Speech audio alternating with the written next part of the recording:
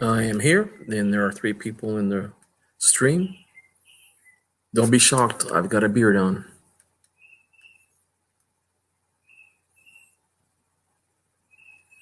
Let's see. Let's get some people in here. I was thinking about doing a way of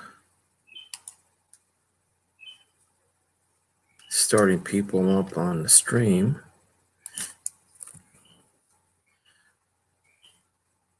And let's see. Invite, copy, go to inbox,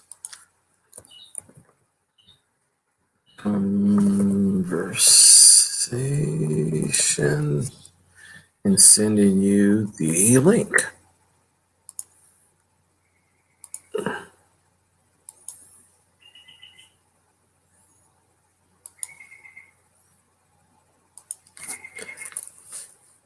What is Discord, Hoovy? I've heard the word before and people talk on it, but I haven't seen it. Hey, Sin Harder.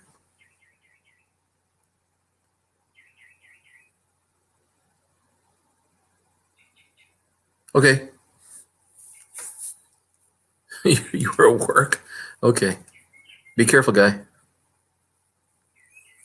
Hoovy, I sent you the link.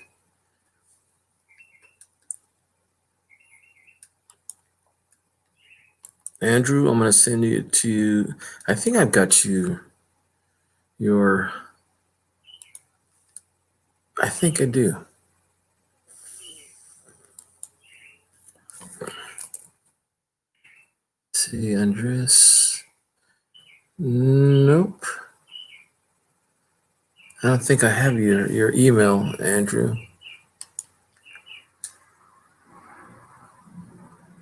I know. He's a critical person to work with.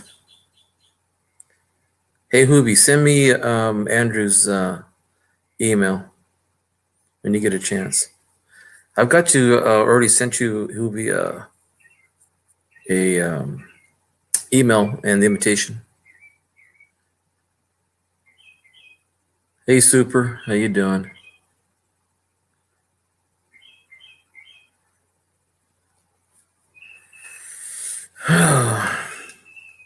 I should put on a light, but let's see if this works. Maybe a little too much. Maybe that. See how that works. Okay. Inbox. Nope. I do want to compose one. Let's see. StreamYards. Nobody on the other bottom yet.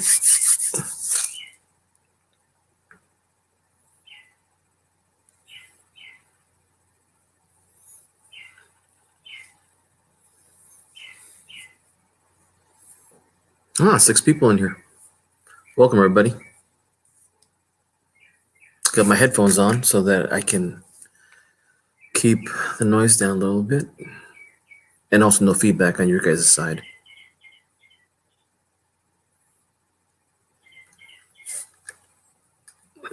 Got some pennies here.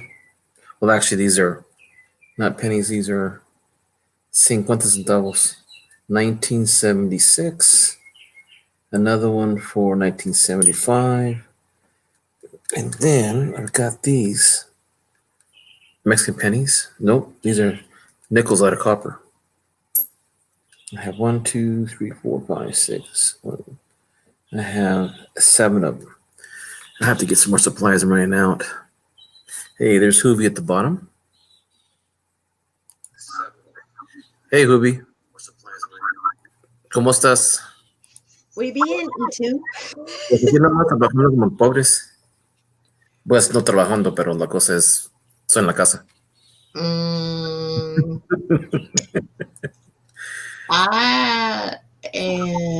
Sí, yo soy En su casa. Uh-huh. In the Okay. house. It's No el baño. No la comida. good. Good. Oh, Yeah, I'm not using. I can't remember anymore. Yeah. See, I don't know if you can see my beard. It's all white. I didn't think of it. I saw you saying pay no attention to that Yeah. Well, before I clicked over. it's not that I want to grow a beard. It's just that my shavers, we ran out, and we're probably going to the store in the morning, but we're not making any special trips for just one thing. So combine everything at one time. I hear you. I made my list and then I started to do it on my phone, and then it was like croutons weren't there earlier today. Now they are, and then I quit, and I'm like, oh, I really should just like hit send on the whole order before. Hey, Hubie, could you send me what's his name's Andrew? Andrew's? He told me to have it sent to me. Absolutely. Yeah. I've got one box of nickels left. I've done 4 only rolls, so I've been milking it. I got 2 at the gas station earlier and 2 rolls, and they're like, it takes us 2 minutes after we hit 1 roll out to do the next. I was like, yeah, just give me 2. And they were crud anyway, so I was like, I was figuring why the table was vibrating. I don't have my thing plugged in. Let me see now. Okay. okay, I need All to right. send No rush. that to you in here. Yeah, I was watching all the governors complaining about not getting enough stuff and this and that. I'm going, and then that didn't bother me because I figured that was politics and that's government, right? What got to me today was hearing all of the doctors and nurses, which I don't hear them complain too much, but today, man, it was like overwhelming.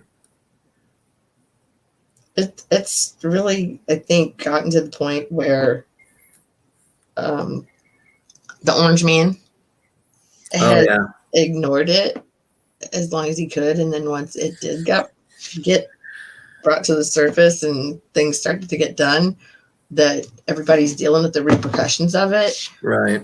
And then on top of that, he said, hey, I'm going to open stuff up back up by Easter, which is ridiculous in my opinion.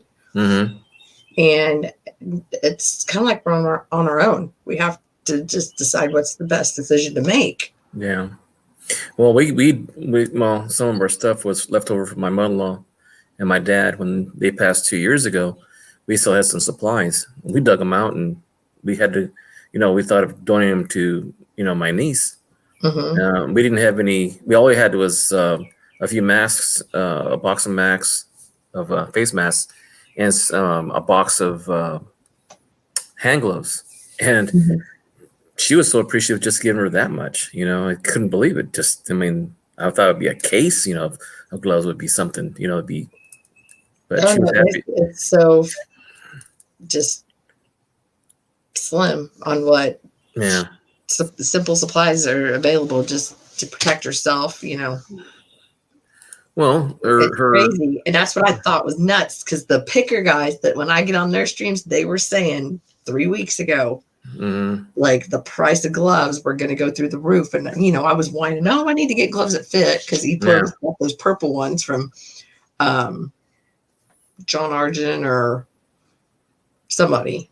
Sure, I even heard they're using mechanical gloves, like the vinyl ones from the mechanics. No, those are good. I thought so too, because they're thicker, and they grip. But I guess they're using them what they could. I just bought. The thing is my wife, her sister-in-law, works at a prison, the medical section. Mm-hmm. Her husband works in the medical section in the prison, and then her daughter works at the hospital, so they can easily catch it in 3 different ways. Yeah. Oh, bodily fluid. Yeah, and then they came over the house. We're going like, oh. Yeah. No, it wasn't that bad. It was just that. It's still they didn't, please, baby Jesus in the manger. I hope you don't have it. Yeah. But it was something else. It was Ugh. But anyway, I even got a letter from my old union working in grocery stores. They asked me to come back to work, Mm-hmm. and that's been since '86. And I'm going, oh, you guys are that desperate. This is, they don't have enough people. So you're like, is this a union? Yeah. And what they said was they were going to pay us full benefits while we're working, plus the I can take my retirement and take full pay and 40 hours a week or any overtime, which before it wasn't. Which the 40 hours and then get the overtime, but not get it put on the check and get that tax deduction on it. Well, they're well because the No. state of California was talking about that, you know. Yeah, But because after a certain point, it's good to get that overtime, but after you get over a certain hour, then you're like, I don't want, like, the tax cut gets too deep. yeah. Hi, Lincoln. How you doing? Were you looking over at NC Kitty Fishins? I didn't see you, but I figured you were around. I don't see the email yet from. Oh, I put it into private. Oh, did you? I'm sorry.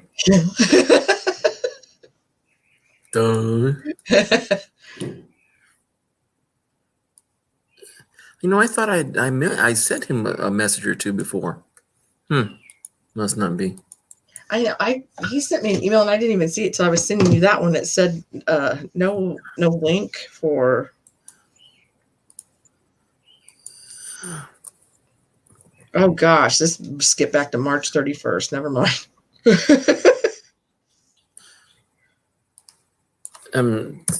Now sending Andrew.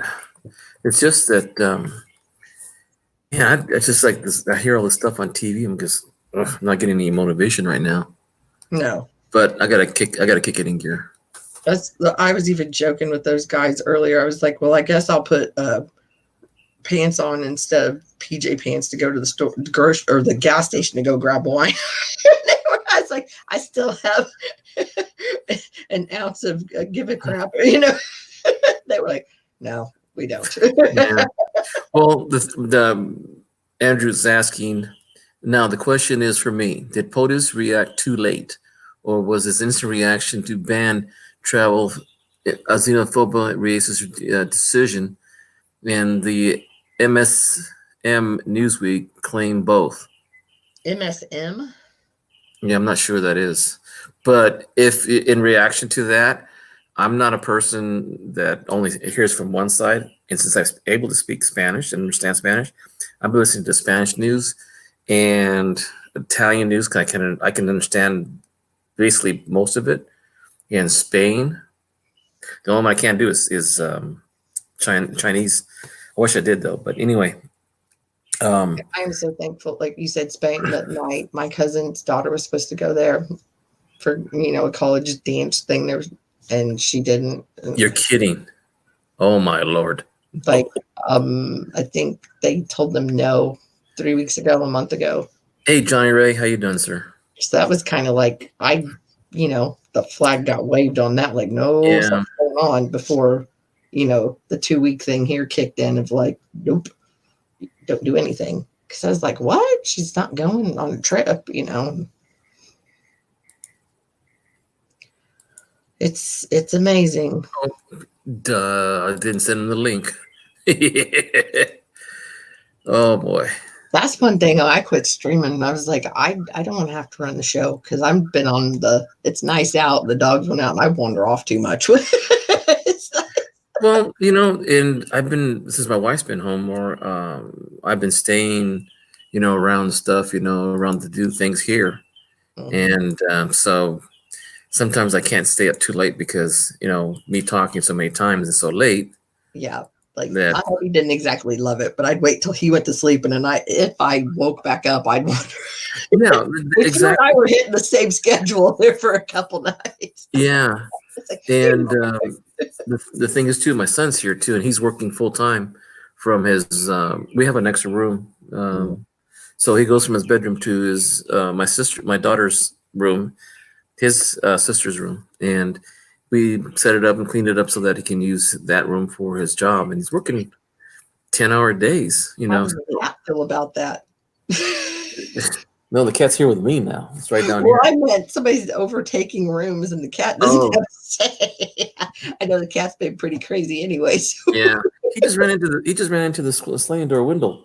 We have a possum coming almost every time about the same time at night. It scares the crap out of me because I'll be, I don't want to wake up my wife, so I fall asleep in the, in the Mhm. bed in the living room, and sometimes I'll go to the restroom and I'll hear a big old Oh, bump. and you're like, I was trying to keep everything quiet. Yeah, there's Andrew. Come on up, Andrew. Oops. What happened Uh-oh. to Corey? I don't know. Melly went away. She'll come back. I'm She trying to set will. this up. Yeah. So, yeah, I'm trying to keep up with everything in the news and everything because my son works he's a labor representative for the um, healthcare workers. What news? I'm fired. What news are you listening to? Spanish music, Italian, Spain, Mexican, South American, Spanish, and Canadian. Different points of view. That's a good idea not to listen to mainstream American news because pretty much they're trying to just blow things out of proportion at this point. The only thing the difference is the numbers over in Italy and Spain are really bad. They're right behind us. I like John Oliver. He's funny too. I like but him. okay. I can Here's take the it thing. that way, If you look at it, this is what I was saying earlier. The mainstream media, all your major news networks that are really leftist, they originally, because Trump, January 31st, he started the travel bans, specifically from China, to try to stem. This is 10 days after the first case in the United States. He restricted travel. Mm-hmm. So all of a sudden, at that point, he's a xenophobic fearmonger, but according to the news. Mm-hmm. Now, at this point, they're trying to claim that he acted too late. So, I mean, really, you can't believe the really big news outlets because they're controlled by other people. They're not controlled by that January date. Andrew, I'm not just going by their actions. I'm going by our senators' actions too. But that on January 29th, they had a previous briefing that when they started selling off their stocks, like the three Republicans in my own state Democratic senator sold their merchandise, or their stocks, I should say, and some of them made like almost close to $2 billion. I mean, $2 million. I'm sorry, not 2 billion, but $2 million. And the other before that was I also listened to Task and Support. It's a news military. And, military is right up there being on the right side of everything. And they were talking about a news report they gave out in Briefing and Intelligence in November of 2019, where they were saying that there was a disease that's going around that doesn't have been identified before, nor does it have a vaccine for it. That was November of last year. And it was briefed up all the way to January, week of January in all the intelligence, community. So I don't know about, other than that, I don't know how it got to anyone, if it did get to anyone, if it got as far as the president or not. It's just that it was known way back in December. Another thing too in play in that is China has not been really upcoming and forthwith with their information, because now what they're saying now is it's reoccurring again. Yeah, and the travel it mutates. in January. Yeah, it does. January was for Muslim countries. It didn't specify anything about COVID.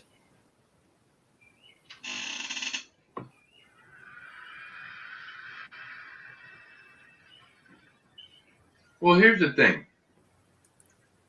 I mean, is that incorrect before we go forward? Because I know you and I start looping. my basic point on it, my issue is there is such a hatred, an evil, like soul-consuming hatred from a lot of people for one specific person, i.e., our president, Mm-hmm. that people are consumed with just anti him rather than pro country or pro anybody. So I've been watching the news on that level, just kind of interested to see how everybody's spinning it against one person, and it's made me very disappointed in the country, honestly. In the same means, and I don't want to sound like, see, I'm a fourth generation American on my dad's side of the, I'll just say I don't like Trump. There. I just don't like his ideas. Yeah. And the reason why I'm saying that is because I remember in high school, there was a big incident that happened in New York City where four boys were arrested and they were found innocent. But his rhetoric at the time was he would put out full page ad in the New York Times. Oop, there she goes again. Let me get super up here. Let me get super up here.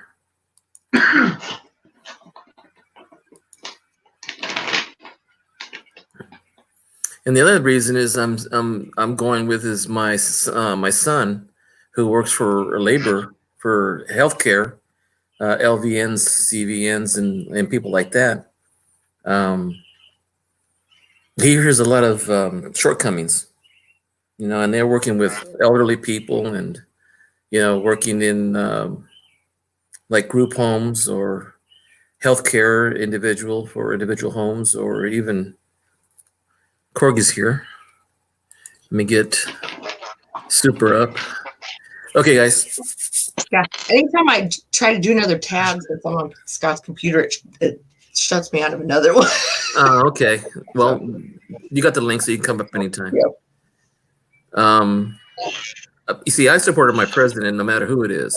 It's just his decision making sometimes leads me to believe in another manner. And I had a history teacher like that. He said, "I don't dislike you. I don't like the things you're doing." well, it's the same thing I tell my students. It's that I can't dislike them because they will change, in a few years. But right now, I can say I do not like your behavior.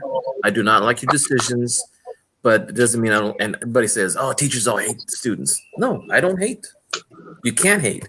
And I'll have the same reason where I see people from different parties. When you see people like Pelosi, she really changed my mind about her when a reporter asked, Miss Pelosi, you hate our president. She said, she stopped in the middle of her tracks. She was supposed to ignore it and just walk off, but she stopped and said, the way I was raised a Catholic, I do not hate people. It's kind of like if you don't have anything nice to say, don't say anything at all. Exactly. But There you go. point in time when you have to say, this is ridiculous. This affects everybody. That's not just saying, hey, that's a person that sits next to me in church and I see them once a week. And they may be a little, No, there's people affecting everybody's lives. There's people doing some bad things. Here's my point about the whole hatred thing. Okay. So for the last 4 years, the entire Democratic Party has been concentrating on trying to impeach Trump, right? That's their focus. Now, here's the funny part. Now there's investigations and actual criminal charges being brought against the people that fucked all that up and that did that illegally, because it was all Russian bullshit. According to who? And it's been proven at this point. It's been proven at this point in courts of law that was all Russian disinformation. And it was all mainstream media. How much has history been changed to be the way that somebody wants us to see it? It's just like when Mitch McConnell said he will not allow any nomination to the Supreme Court by Obama, Obamacare, And right now, we're still dealing with things that are done in the past that Mr. Trump says not his fault because his economy didn't start getting better when he started. It's like, Or the things that he says. For another thing too is that if a president was able to balance the Supreme Court to one side, I mean, he's almost as a shoo-in, and I mean, even people that are understanding what's going to happen is going to be the same thing as what he wishes for. I mean, it's going to be very conservative, and the worst part about it is those people on the not the worst part, I should say, the most obvious is that I see a lot of conservatives from my own faith that are siding with the evangelicals. And I haven't seen that done. I thought it'd be a fair and impartial. You lost me from Republican, Democrat, conservative, liberal to the Supreme Court.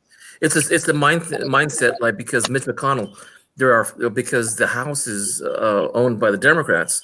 Everything that's on McConnell's desk, he won't put up to account because it's not Democratic, or is it Democratic to leave it on your desk so that he has control of the Senate, saying that we will vote on things that will pass. Maybe there are things on there that you don't like. So to me, that's not democratic then. It's not democratic then. And same thing with the Supreme Court. And the Supreme Court being the same way, because even though one issue dominates their thinking, they say it's because of Obamacare. Well, give us something that's better. They always said we're gonna need to kill it, and they stacked the Supreme Court so that it's done that way. Now, for me, just say, what twist can you put on it to work it the way you want it? Right. You know? And I've learned in court that if you're in power or you're the majority, you can alwast write the law the way you want to and then interpret it. And right now, it's just like it's okay to spend $23 trillion into a deficit when the Republicans are in charge, but when the Democrats are in, they're into fiscal responsibility. Yeah, and it's always. And I've been around 65. Yeah, I want to state something. Sure. The original Republican bill for the stimulus that was the so-called trillions of dollars was actually less than $1 trillion. And if the Democrats had voted it in, as it was, it would have simply stimulated the people. However, the Democrats, Nancy Pelosi and them, had to add in $1 trillion plus extra for extra stuff, like Nancy Pelosi's daughter. Well, if you look at the breakdown of the last stimulus that was supposed to be, for hospitals and that, if you add up all the hospitals, the manufacturing, everything, it didn't go to the people who needed it the most, the ones at the bottom. The $500 billion is going to corporations. Let's just say it's the first time I've ever heard of it. Hector, that's what I'm saying. If you look at the original bill that was proposed by the Republican House, okay? If you look at the original bill that was held up for 2 weeks by Nancy Pelosi and the Democrats, look at the wording of that one. Did you know this is the first time I've ever heard of a stimulus check, and I'm not living under a rock and away from society? I didn't know that it was even fucking a thing or possible until literally this year. Oh, I was going to say, I know we talked about like in the past 4 or 5 days. Yeah, because that's when I learned about it, was like this scenario. I thought it was due to the coronavirus. That was the only reason the stimulus checks were even a possibility for something. No, that's what I thought too. No. Yeah. Okay. I had no idea. No idea. My entire life. I agree with you. That's what I thought. It was because people weren't working, and it was to stimulate the economy because of what's going on right now, not from... No, it turns out this has been a thing for years. From the 2018 doing your taxes, yada, yada. And the other thing, too, is most airlines are getting a lot more money than hospitals. Now, what would you prioritize? Hospitals, airlines? Okay, wait. Hospitals, what? Wait, listen. Or airlines. Listen, really quick. Hospitals. Also, look into the bill. Read the fucking bill. Any airline that takes the money is now government owned as well. Government now owns, Democrats put this in there, the government now owns portions of those airlines. So they got to get something by the short and Well, curly. but the same thing happened when we bailed out the insurance companies, the mortgage companies, the banks, and the automobiles. Okay. They owned it. You know, it's collateral. It's just like when you buy a house, you just say, "Give me something to hold it until you pay off your bill." And somebody That was knows the only so way. much of the pie before you say, "I need a piece too." That's But you right. know, So Most of why are them, the airlines being bailed out and not the cruise liners who are offering their ships Cruises are as hospital stupid. ships? That's a petri dish. Just add water. you know, some of my priorities would have been more of towards the hospitals, the doctors, and training but people. have you noticed? Have you been to the hospital to get like an X-ray or a CAT scan? If you don't have insurance that covers those things, they normally can't come after you for medical debt. Correct. Nobody's but got insurance. But the scanning machine, the X-ray machine, and the CAT scan machine company, they don't. The hospitals don't buy those machines anymore. They rent them. It's a good idea.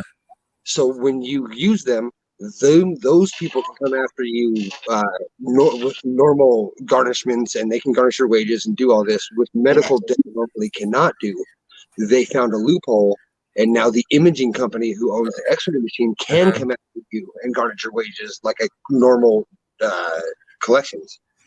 So they found a loophole. Okay, from Scott almost wrecking the work truck.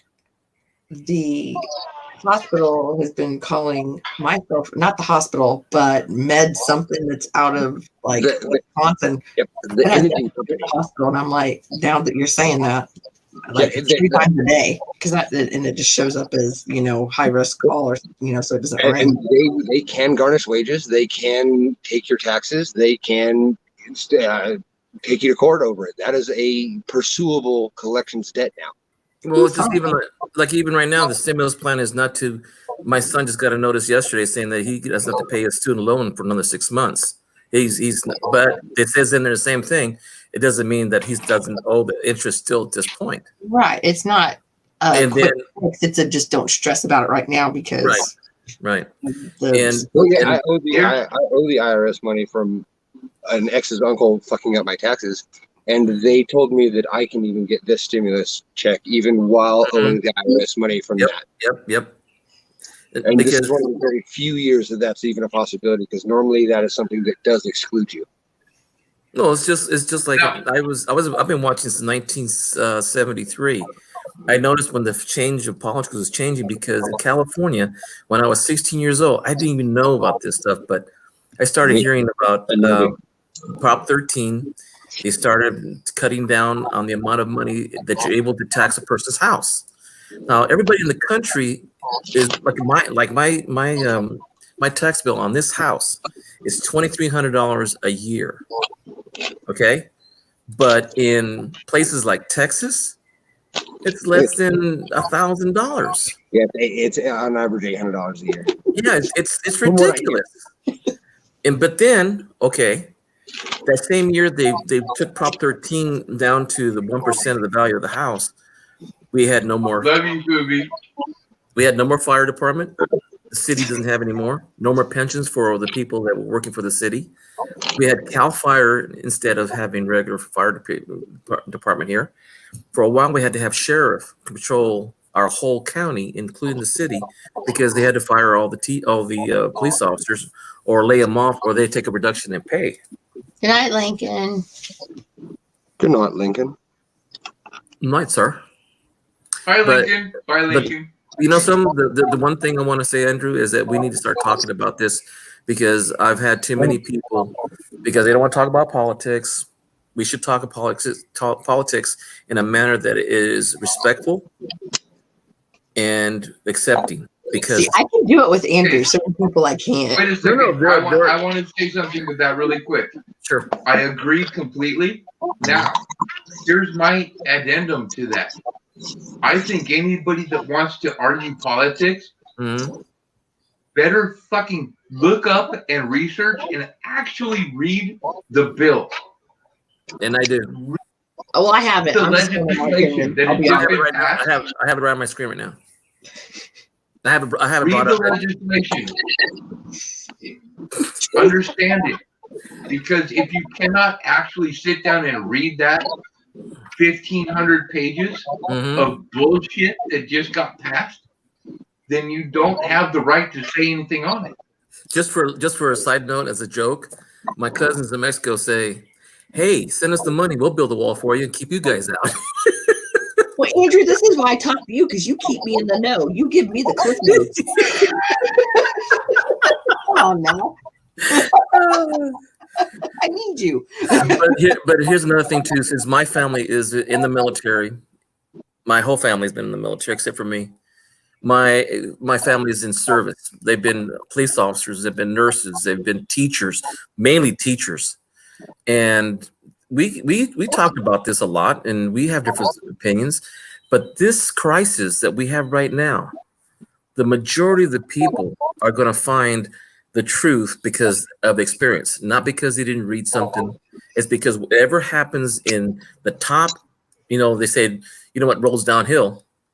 And when it happens, the people at the bottom say, this is enough, or this is not enough, or we need more of this or that. I've been hearing a lot of people that I thought were the opposite of me. I'm in the middle. I'm conservative right down the middle. But I'm from business, and I'm very analytical and very logical. When someone tells me something, I look it up. I research it. Right? I research it, but not just in one. But not just one. Like someone says, "Well, Fox News says this." No, CNN says this. MSNBC says this. Oh, no, we look on multiple fucking sources. Yeah, and I do. CNN's not reliable, and I used to think that was the lesser of all evils. And what I do is I also read articles and papers like the Pew Report, like USA Facts, everything that's nonpartisan.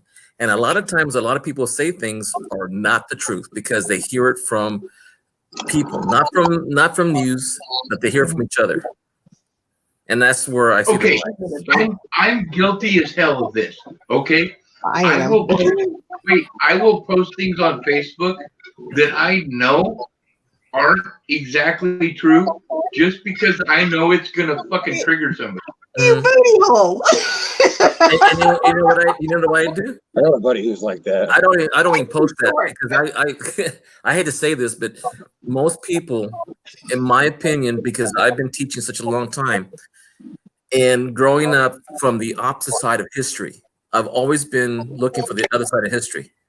So when someone says the first cowboy came to California and I'll look it up.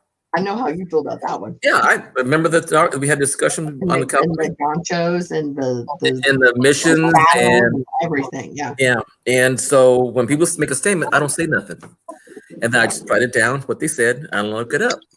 And I keep that in my head. And I won't say a person that we normally talk to said something that was to the contrary. I checked it out, and I told him where was this person's sources. So I directed him to the same source and didn't finish reading the whole thing. That the first cowboy was actually a immigrant that came from after 1865, after the war, when the carpetbaggers got through with the South. Some of them traveled west because the opportunity had run out. So it was an economic basis where it traveled from the east to the west, and they had to learn everything. Well, they never knew what a lasso was because in Spanish that means it's a rope. And I'm thinking the saddle. Okay. Yeah. So we started talking about the history part of it, but he forgot to tell me that the history that he was making was beginning history of what the cowboy was.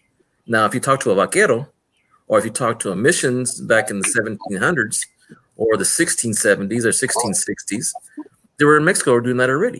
And that's what I mean about who teaches history or what is the news is who it comes from. That's why I say it's called history. It's his story. So when you can read another language, I tell people, I said, what other language source did you get? And yes, there are only 5 or 6 major newspapers that control most of the information in the United States.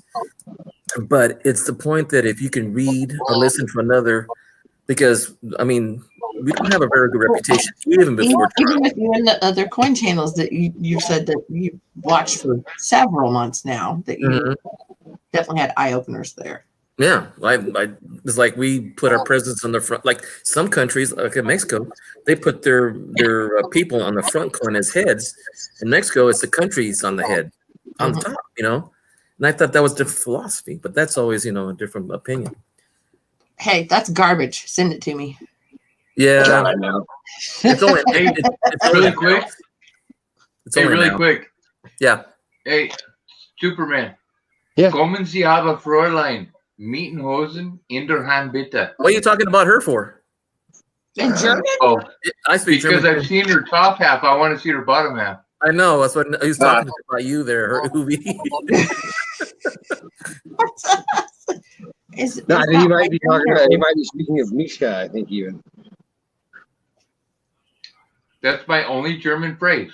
Oh, Kommen Sie yeah, aber, right. Fräulein. High German or low German? Yeah, I learned with that there was a difference from the redneck connection 2 with your weeks ago. pants. No. Yes. You'd be surprised how many They are languages pretty Spanish cool. when you learn Spanish to speak Spanish and to learn Latin, how much you can pick up.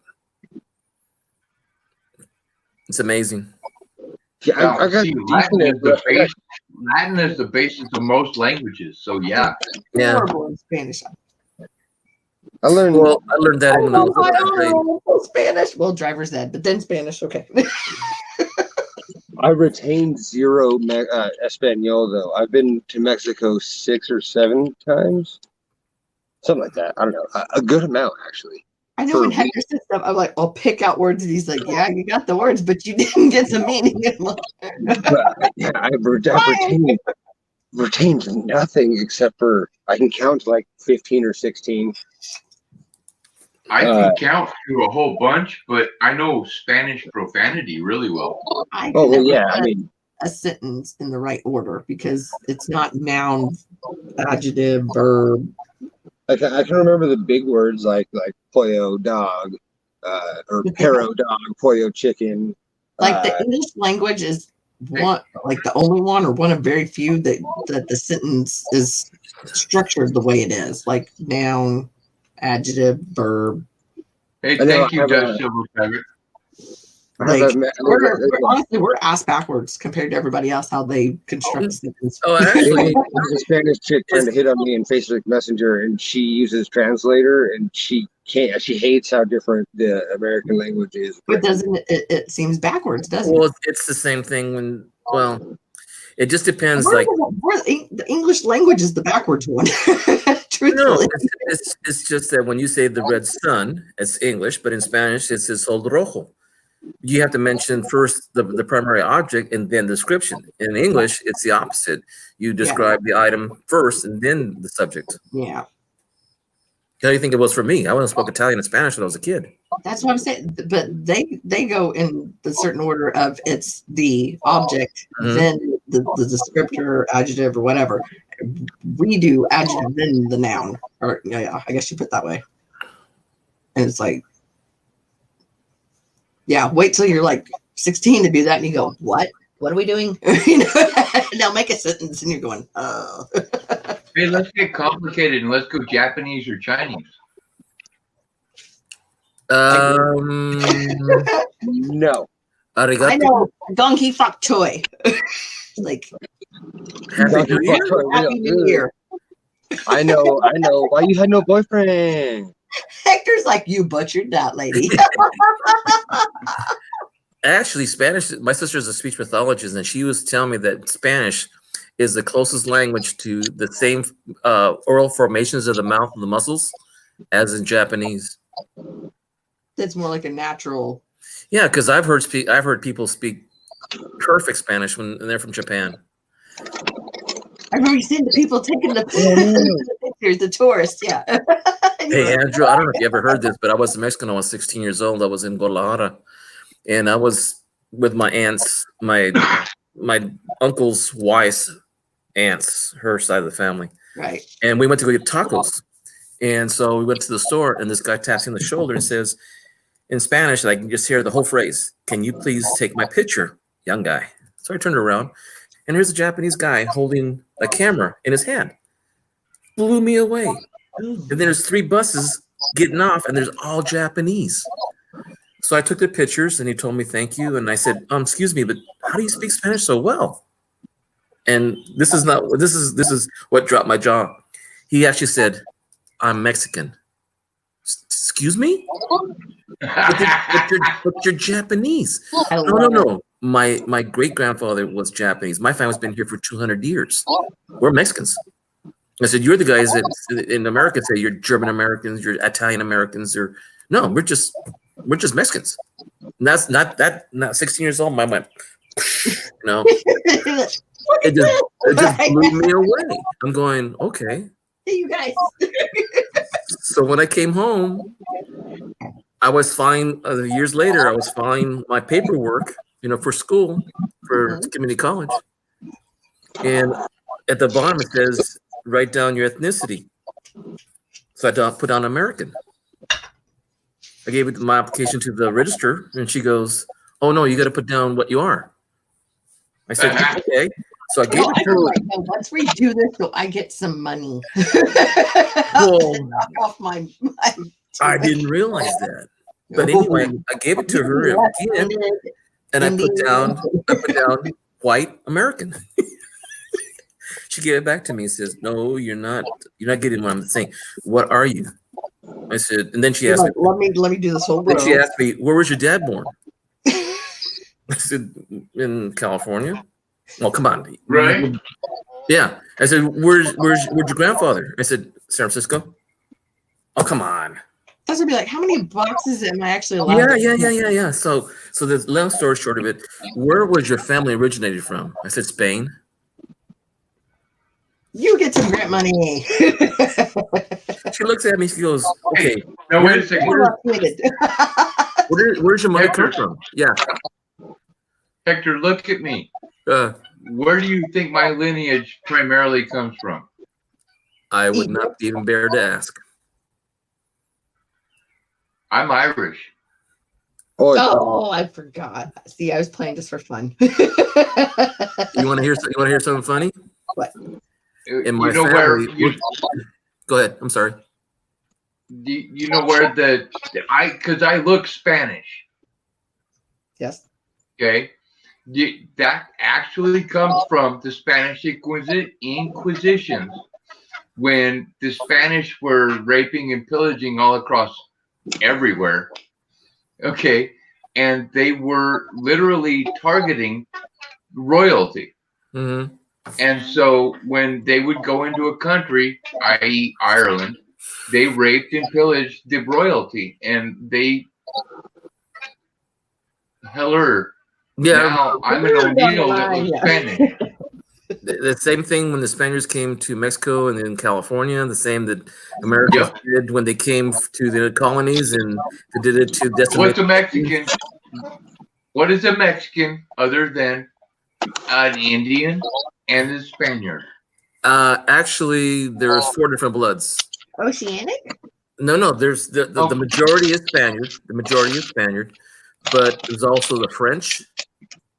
Okay, you got that. Yeah, I'll admit to that. Yes, and the Irish came in 1835 to Mexico with General Jackson's army, and a lot of them stayed with my mom's area, where they defected to Mexico and they fought against the Union Army. And then the last one, from what I'm hearing is true, is a lot of Arabic people, like Lebanese. My cousins are Lebanese, half Lebanese, actually. They're pretty. You should see my cousins. If they were my cousins, I would say, I worked for some Lebanese family for like 2 days. They're mean, but they're pretty. And the thing is, in my mom, she's a Tarasca Indian. That's a native, Cherokees to Oklahoma when they moved them from Georgia. But if you saw my mom, she's like you, except my mom is darker than you are, Hoovie. Mm-hmm. And my dad, you should see my dad. He looks like Santa Claus. He has hazel eyes. Nice. He has hazel eyes, and They used to call him, and not to be this is the time at the time that my dad was growing up, but his nickname in high school was Okie. Mm-hmm. Do you want to hear a horrible one? I don't think anybody else. Well, yeah. Well, no. So What? Scott Let's hear it. Yeah, Scott told me that their poodle that they had when they were little and ran away. That one day they were having a family reunion in the park, and they noticed the dog. And his sister said, "That's my poodle over there." So they went over. I said, "Oh, what was the poodle's name?" He said it was Sambo. They said what? Sambo. Who did that? Scott told me that was the name of the poodle. I said, "Are you flipping kidding me?" Wow. Yeah, What wow. difference does this have? Yeah. I don't even know you. I have a similar story, but not as I mean, my jaw hit the flipping floor. I'm like, we've been together for a couple years before this. So I thought, oh, I was sitting in the car, and my mom and dad had gone to the grocery store. I was 4 or 5 years old at the time, and I can only speak mostly Spanish at the time. So my parents are loading the groceries in the back of the trunk. This lady passed my parents. My dad said, "Excuse me," and the lady passed by. And I had never seen a black woman before in my whole entire life at the age of 5. And I said, "Mira, papá, es un negra." And right. the lady said, "What are you calling me?" And my dad said, "Do you speak Spanish?" I said, "No." "Did he call me the word neat?" I said, "In Spanish, Yeah. your person." And he said it with respect. He said, he pointed out, he's only 5 years old. And then had a big explanation.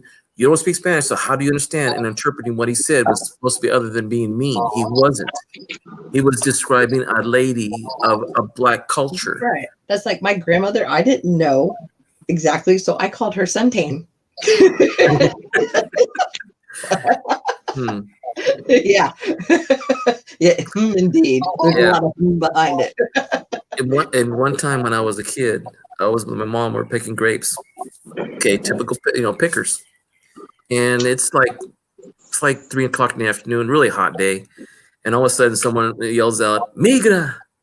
Everybody starts running. Everybody starts running, except my mom and I. So this cop walks up to us and says, it looks at me and says, "Boy, why didn't you run?" And I says, "Because I don't have to, boy." And I was 13 years old. I was like, really? Chip on the shoulder by then. Yeah, by then. What's up with you, mother trucker? Yeah. So he said in Spanish, "Papeles, papeles." He said he wanted to know our documents. I said, "Americans don't have documents."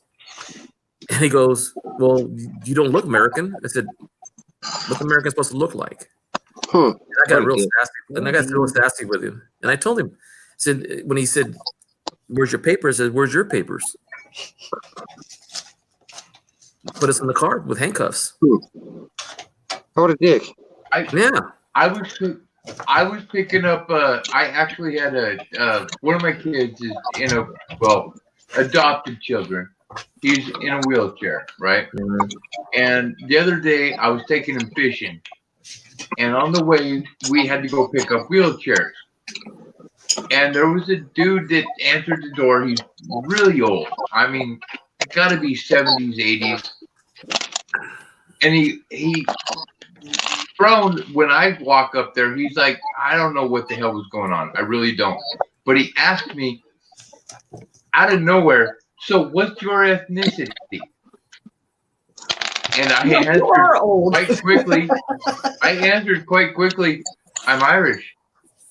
And this dude was like, and he was Hispanic of some sort. I don't know what, where, or how, but my answer threw this guy so bad that he stopped the line of questioning and said, "Okay, thank you," and walked away to go get the wheelchair that I was getting for the kid. And this is going to haunt me for weeks because he never finished the line of questioning. Why? Why did he want to know what my ethnicity was? Hello. trying to seek it as like a common ground to maybe make conversation, and it didn't work out the way he thought, so he just shut up. Right? Some I don't big know letters. because most people think I'm Indian. Literally, I live in Arizona. Most people that confuse my ethnicity think I'm Indian, You know, especially something, in the summer when it starts darkening up. That's a total Andrew, bites I've- cover situation. I've got 2 stories I can tell you. Actually 3, but I'm going to stick with the first 2. The first time we went to Branson, Missouri, to visit my son. He was living in Springfield, so we went to Branson because he wanted to show us around. So we went to Branson, and we went to this one guy who was selling barbecue utensils. You know, big old, you know, heavy duty, nice looking, welded, maybe forged iron, you know, cooking utensils for barbecuing. So we walk up there and we see a few of them there, and we kind of like them. And the guy asks us, "Where are you folks from?" I said, "We're from California." "Oh, really? Really? Are you guys from California?" I go, "Yeah." "No, where are you guys really from?" "California." The reason is because my son is 6'3" and 250 pounds, so he's not your typical Latino. Anyway, so we're around there, and he says, I said, "Where in California you guys are from?" I said, "We're from the Central Valley." "Oh, wow. Well, where'd you guys come from?" I says, "We just told you we were in California." "No, I mean before California." And we kind of looked at each other like, "Oh, this is going to be the shits for us." The sack. Yeah. So we're just, my son says, he just pulled my arm and said, "Dad, just get out of here. Come on, just go." "No, I want to see where this guy's coming from." So, Right. yeah, so he asked me, he You're says, the right group of honoring for this conversation. yeah. See, my dad grew up in the mountains. He was a mountain folk man. My grandfather was a lumberjack, you know, grading lumber and tree topper and all that stuff. And then before that, he grew up in San Francisco. And it's funny that he was asking us. And then after a long story, we told him, "Okay, we're from California, but our family is from Mexico and Spain." So we just made it like, that's what he ought to know. He wanted to know what our nationality was. And I said, "We're Americans." And he goes, "Well, I'm American too. I'm 132nd Cherokee Seminole." Huh. Nice. I said, he said, "Oh, okay. You mean where the Spaniards own the same part of the lands that we owned in Mexico and all that, you know?" "Oh, yeah." And the dude was just, you know, all apologetic, and, you know, he was trying, "Oh, I didn't mean to offend you guys."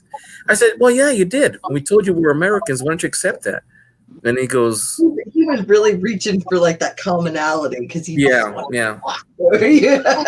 And the second story is that I had to take over a class for a teacher who got sick, and they called me in and they asked me if I wouldn't mind covering the rest of the day. They would cover my classes because we had extra teachers for my subject area in PE. So they said they'll cover my class if I would go over to the Spanish class. I said, "Sure." So I walk in the door and I told the kids, "Okay, everybody sit down."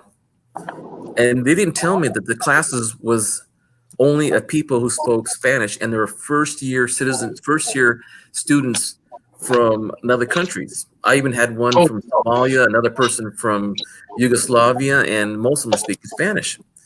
So I walk in the door and I tell them all the instructions in English, and they look at me and sound at me, and they're all saying things in Spanish. "Oh, look at this dummy. This guy doesn't even speak Spanish. He's a Mexican. He doesn't even speak Spanish." So we let him go on and on and on. Yeah, I do. And so, no, I think that's what you told me. yeah, well, that's what they were translating in Spanish. I said, Right. they go, how can this guy teach Spanish when he doesn't even speak Spanish? Oh, I said in Spanish, "Guys, I only gave you the instructions in English. All you had to do is answer in Spanish. And if you needed help with Spanish, I could help you." So I helped them in Spanish. Their faces went boom. I said, "I'm going to call your parents up and I'm going to tell them, all of them, that you were disrespecting the teacher." And they said, "Oh, no, don't do that. No." Oh, hell no. What we said? Oh, crap. Okay, Yeah, check this out. Mm. My ex-wife, my second wife, the mother of my 2 biological children, she is however it works, her grandmother is Castilian Spanish, born in Spain, raised in Cuba, immigrated to Americas properly during Castro's crazy reign. Okay. Now, my favorite thing in the world is to see her say something in Spanish and then have somebody say something in Castilian Spanish. Have somebody that's Mexican come up and say something to her, and then watch her cuss them out in Castilian Spanish. I'm versatile. Because, oh my God, it is such a different language. True, proper Castilian Spanish is different than Mexican. Do you know the differences between Spanish and Castilian? Mexican Spanish? The only difference is they say the word "teta." That's the only difference. Because if you go to England and you speak with people who speak English there, and then you come to America, the proper English is grammar. And the grammar that I use and grew up with my parents, because my grandparents, from what I'm hearing, is that they would only allow us to speak English the correct way, with a correct enunciation and pronunciation. And the same thing with Spanish. We had to speak it in a certain way. It's like when you call an El Salvadorian Mexican. Oh, that's an offense for both. Oh, it sure is. Yes. Person Vietnamese. You're like, no. Well, check this out. It's like calling someone Irish, Scottish. Right. My kids. Oh goodness. Yeah, that's a way different accent. Exactly. But Lilia, my children's great grandmother, she was best friends with a German woman who immigrated as well, and they both learned English immigrating into America. All right, they learned proper frickin' English, and that was one of their favorite things about me, was the fact that I spoke proper English. Better than almost anybody that they knew my age or anywhere near my age. My grammar's terrible, but my brain is a pretty vast thesaurus for somebody my age, and I do that on purpose. Yeah, your brain. You get questions less if you use not necessarily big words, but unique and less frequently tossed out. Yeah. My problem is that when I hear someone say something the wrong way, in proper English or Nazi. I love word Nazi. It's a grammar Nazi. It's your grammar Nazi. I've learned being. Sylvia caught me a few times trying to correct people on a few times. I correct myself in chat when I see it, and I'm like, "Oh, stupid autocorrect." Hey, Andrew, you gotta see me. I go. Oh, that hurt. When I hear someone use worser than worse, I'm going. or suffocate or suffocate. You suffocate. But the fun thing is that I went to the Sears. This is another story. I went to Sears to look at lawn and garden stuff because I needed some stuff for my dad's ranch, and I wanted to get one of those big weed whackers that you push behind. Weed whacker? Yeah, the one that you either ride along or you can just push along, and it's got a 24-inch cutting pad. Hey. A rideable lawnmower. No, there's one that they make. It's a weed whacker, but you can actually ride it. It's a small one, but it's not as big as a. Looks like a right. Yeah. So I go in there, and one of the salesperson walks up to me and tells me in Spanish, "Can I help you?" I go, "No, I'm fine." And he kind of got startled. I went to another part of the garden section, and another person asked me in Spanish, "Do I need any help, or am I looking for something?" I said, "No, I'm fine." I went to the manager, and he came to me, and I walked towards him, and I thought he was going to ask me the same thing.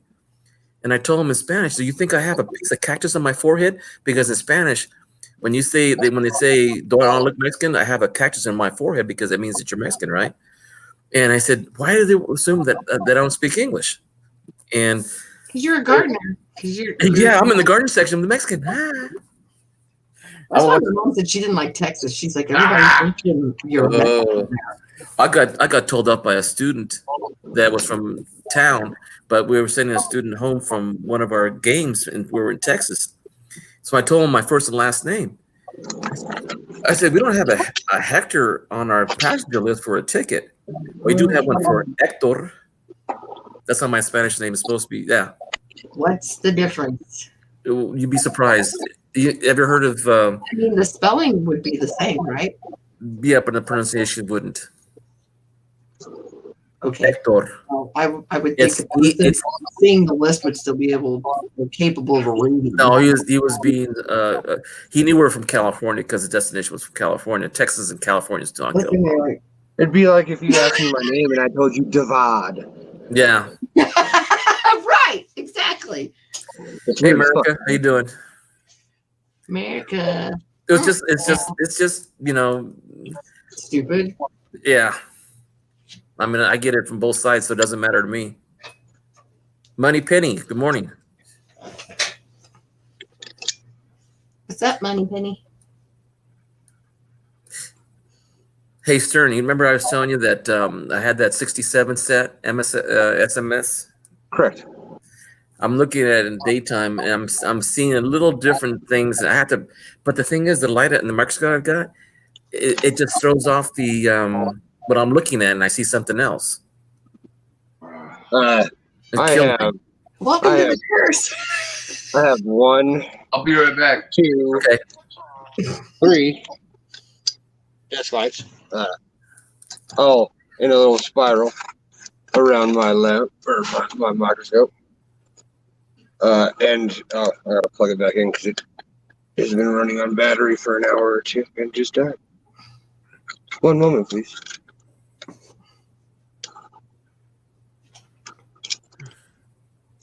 I love when my mouse Because disappears. I thought I saw the 67 has a DDO. I looked at it again. I can't see it now, and then I see it a couple of days later. And I see it again. Yeah, I don't see if it's the lighting or the it's angle. gonna be the lighting, Hector, sir. I can What, guarantee. what about the plastic itself? That plays a factor, absolutely. But tilting it ever so slightly so it changes the reflective path, Hmm. so it doesn't go straight back into the lens, is advised. Have you ever used a filter, like a color filter, yellow, amber, like that? No. No, I have different kinds of light bulbs. One of my desk lamps here actually takes bulbs. So, I mean, literally right next to me, for example, literally what I can reach at this very moment, Mm-hmm. I have an HD clear bulb. Like an Edison. I have an incandescent light bulb, not iridescent, incandescent. Right. They get pretty toasty, but it's a rather clear, decent color to it. What's the wattage you use? Mostly 60, 40, Uh, 35? That also changes due to the amounts of lumens it has. Okay. I look less at wattage and more at lumens. I used to make fun of my husband for doing that. And now What do it's you like, grow? what? Are you growing? Growing. Well, I don't know. Growers look more at lumens than wattage. I do, indeed. But if I really start putting effort into my grow again, it's going to go LED. They produce no heat and full spectrum lighting. It's beautiful. Oh, exactly. I have LED. It's I'm genius. just saying, if I was to be growing, I would have LED. Yep, it's smart. I did that a few years back. I ended up saving money on my electric bill because I was more conscious in turning everything off. Because I was preparing for it to be like way expensive. They use about as much wattage as your microwave. And this lumens is dun. I can't believe you put it up there. Why? What is it? So this is 27K LED is the spectrum-ish. It's 1,055 lumens at 14. Not bad. You would need several of them to have a really good grow operation, but Oh no, that's what I use for my cone lighters. That's what I have in my little this little measly thing right here. And then these. I mean, I think I just kind of accidentally took this in a whole different direction. We should skew it back. So, and these ones come with a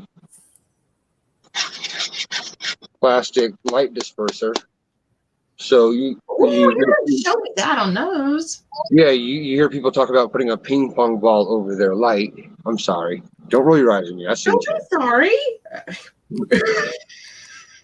Yeah, people who talk about ping pong balling their lights is for this effect. No, you were not intentionally a withholder. So just saying. I don't know if Hector heard me. No, I didn't. I'm sorry. Oh, okay. But yeah, light dispersal. You want it. I also keep a piece of thin shipping foam, and I like to put that in between my scope and my lights and make a little canopy, and that will also disperse your light even more so, which especially with dealing with proof pointage, this notch right here especially, and the one at the top of the U that's almost really visible, if you try to hit that with full lighting and actually point stuff at it, you're screwed. You're gonna F yourself right in the A. When you mentioned the angle of the light and tilting it, would it be? Is it because my scope points the light straight down? It's To the because coin? the plastic. Your camera is in an LED light ring. You see how the lights are around your camera. So when it bounces off the plastic, it bounces directly into your camera lens instead of being absorbed by whatever you're looking at. And so the newer the coin, the more reflective. The more proof the coin. Yeah, Is going to make it go and reflect right back. Yeah, because the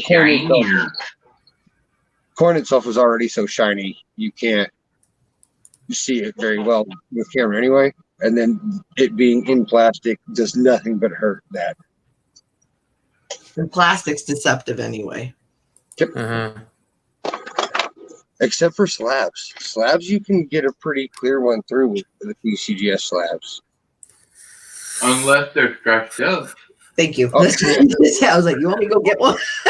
No. Third. I can show you. Most of mine are absolute garbage. I got some garbage. So would it be? They call this a cameo, and it's so barely. Proof 66? Yeah, Proof 66 cameo on a 63? And I don't know how they call this cameo at all.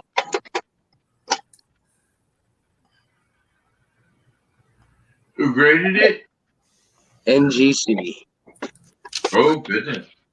Yes, sir. Well, hey. Yeah, so I hold that for reference whenever I want to look at some of my older proof coins and try to convince myself not to send it in. I'll look at that and think to myself, how did that get cameo? And if that did, this has some absolute potential. Like that, you can obviously tell the scratches are on the outside of that plastic because it may be rough. That's a 54? Mm-hmm. I got that for $5. The whole set or just him? Nope, I showed you that. That's the one I got it for $5. So I was like, screw it, I'm gonna buy it. Was it That's that a not whole bad. set? No, it's in Oh, no, the yeah. NBC holder. But see, even I you don't- can just trying to look at the sticker, how bad that's Yep. scratched. I don't remember seeing that one. Were you around when I told you about that silver at Spot No, or whatever Spot? So I bought it for like $15 an ounce. that's a damn good Like deal. that stuff from the 80s. Yeah, I woke up and Braden literally was knocking on the door and was like, Hoover, I'm at the front door. And I was like, okay, the dog dropped back, so we'll go ahead and come in. And then he was selling me the silver. Well, actually, he owed us some money. And then I was like, hell yeah, I'll take $100 worth of silver. And then he was like, well, we got this. I'm like, okay, I'll give you $35 or $30. And he's like, well, I got this in my pocket too. I'm like, okay, I'll give you another $5. Like, just, yeah, give me. That's fine. Give me.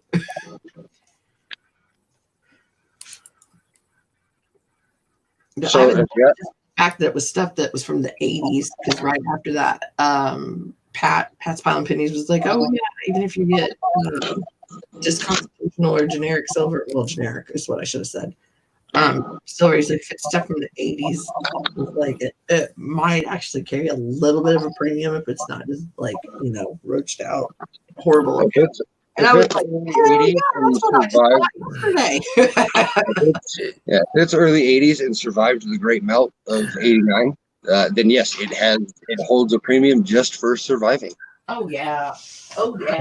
Yes. You guys know that channel Half a Dollar? What's a half a dollar makes a dollar?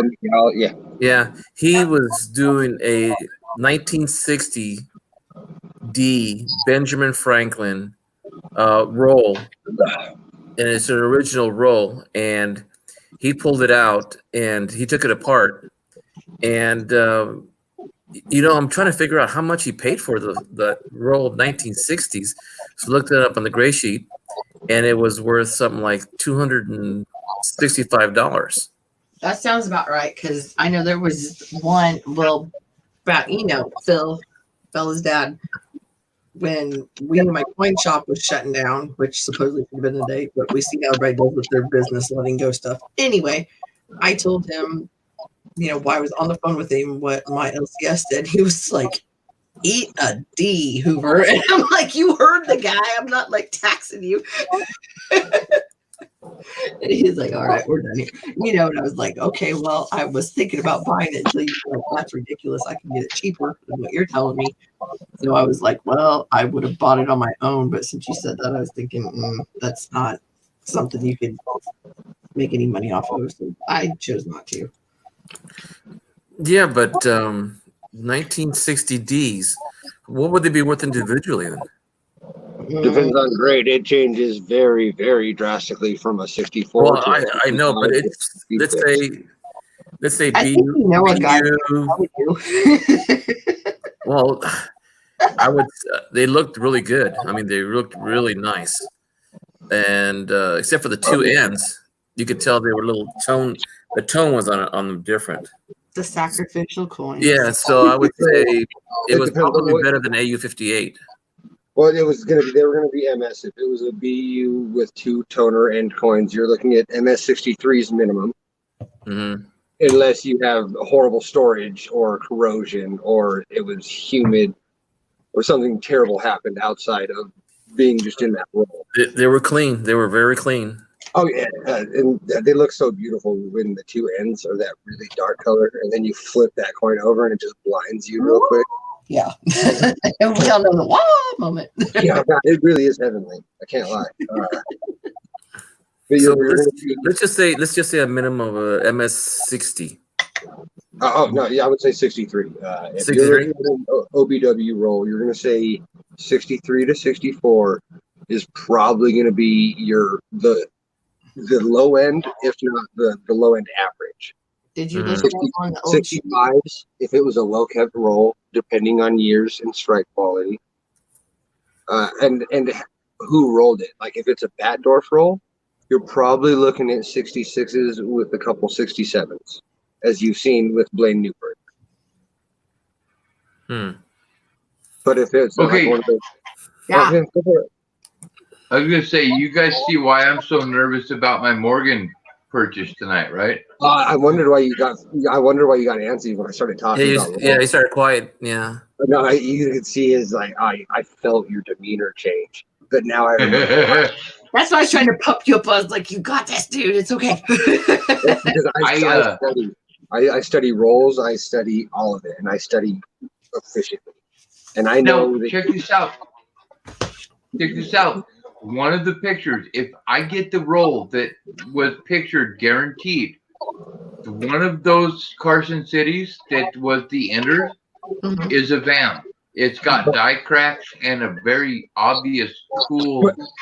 I don't know what. I mean, that's how CJ picks stuff you up. have It's like, you look you at the won the picture. listing. What one is it? Let me go look at the sold auction. Look through Emerald with me real quick, and let's see how lucky you are before you have to wait 5 more days in anticipation. You still have the picture. Yeah, if it was eBay, it'll be there in the sold auctions. Yeah, it's there. It was within the last 5-6 hours. I'll just do Carson City Ender roll of Morgan's, and it'll pop up that one probably. Just that one. Go for it. See if you can find it. I'm trying it. I hate doing internet research, so I got the book in my hand, and that's where I'm going to start because I hate internet verification. I would hunt varieties all day if somebody else would match it for me. Okay, so we can start. Actually, okay. The auction ended at 7:38. Does that look familiar?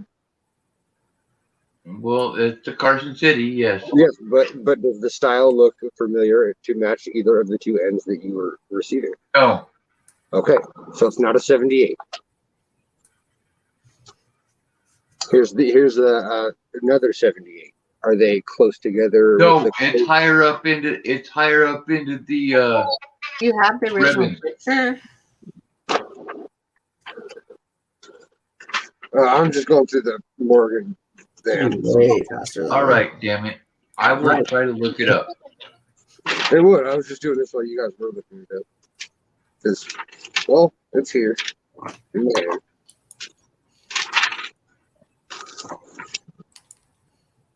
Well, technically, if I pull it up correctly, I can Screen share. post the pictures. What does that look like?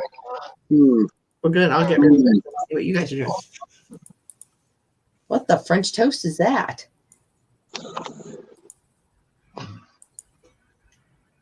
They say this is an RPM. This is an O to them somehow. This inner.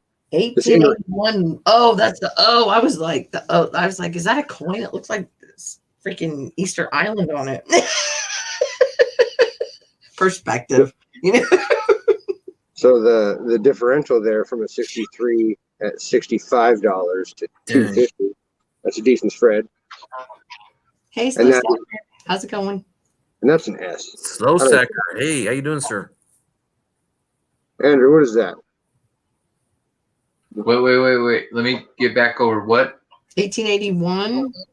Yeah, no, but what does that look like? Remnants of an O? Well, Yeah. yeah, the way I was doing, yeah. The inside, does that look like an O? They'd be like way far That off. looks like a die chip to me. Well, it Looks like a die chip. It's an 1881 RPM, but they say that is an O over O. I don't see how you could logically make that a conclusion. Slow Stacker. No, it looks like The angle of this part doesn't match the shape of the O used for that year's mint mark. But what if you tilted it? No part of this O matches this angle. From the No. outside edge of it? Are you talking about on top of the O? So now the inside right here. So this Well, they'd go through it, yeah. right here. Uh huh. No part of this can make that angle. And another thing too, look at the bottom of the at the O at the entrance. Looks like a serif. Yes, and I agree. And I think if we hold this, it looks like the top of an S up here. And I think it's an elongated S. Now, did you look at the S on This is that their picture, style? not mine either. Oh, I know. No, I'm saying in their book, do you see an S that has it go above the O on any of them? Oh no, yeah, no. There's only one O over S that supposedly exists, and it's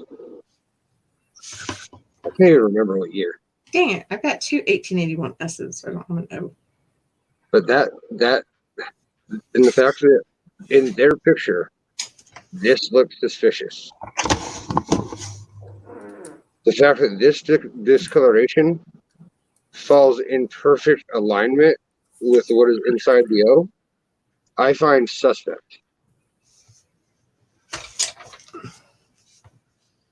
I would think that is a possible S, but especially because down below the inside of the O at the bottom looks like a serif.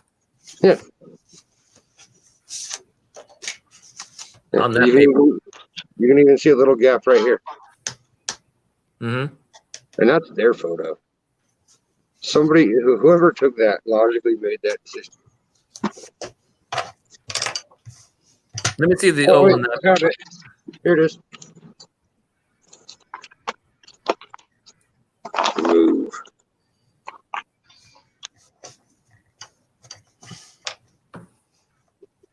This is the 1882 O over S.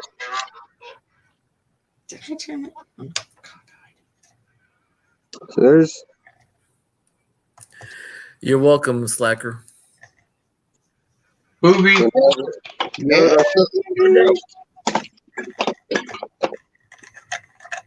She's got an S. So, Andrew, what are you buying tonight? I think he already did it. Did you? Yeah, he got it. He won. He's now just in a nervous anticipation on Get in it. what the insides of it look like. Really, The innards. he has 18 coins of oh fuck in his brain right now. He has 2 that he's pretty confident of, and 18 that he's not so much. 1881, right before I do something real screwy. Yeah, 81 81. was the first one I showed. 82 was the second. Well, I mean, I know you have the O, but yeah. Uh-oh, what happened? I Oh, heard you said Joey, and then he backed out on purpose. Andrew did? Yeah, he might be feeling a little bubble gutty because he had that. Well, I could puke it look on his face. I think oh, he doesn't puke. that's what I thought too. That's why I was surprised when I kind of got the feeling that he had that look on his face. I thought it was weird myself because he did the abrupt look down and then look up twice, which I know only from personal example that I do that when I'm hammered. Hmm.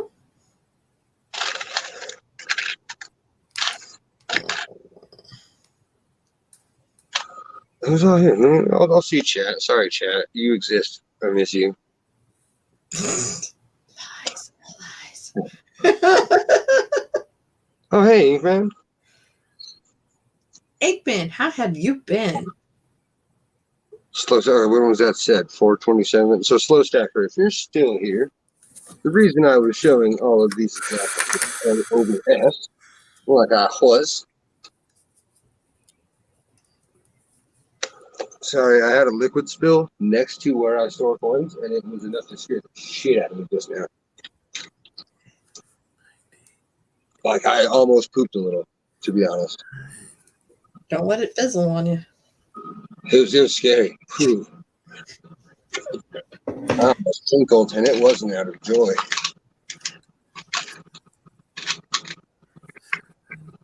But in that bit of rage chaos that I just ensued, Yeah, I'm not seeing the S thing because anything would have to be tilted.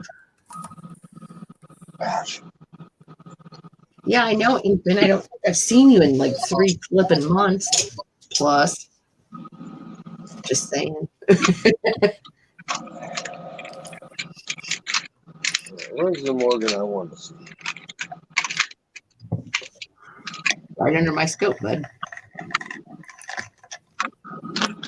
Not that one, not that one. Nor those two. I tell you what, you have given me more hope today with the ones that you have graded because well, it wasn't you. It was definitely Andrew. It was like grading on him so hard when I first got him. I was like, oh my God, I effed up date night. Yeah. Yeah. And then I see what you have in slabs. I'm like, there is hope and light at the end of the tunnel. Oh yeah, and what they call a 64 is allowed to have stuff wrong. Yeah, man, I can't remember who it was. Said they went to the show and they had the like MS64 up, and it was beater. That's garbage. Look at And then they were like, that grades out at that. They're like, mine might as well be a 70. And then the next day they switched it out for a different coin, but the same year. Hey, Super, let me look at that zero, O again.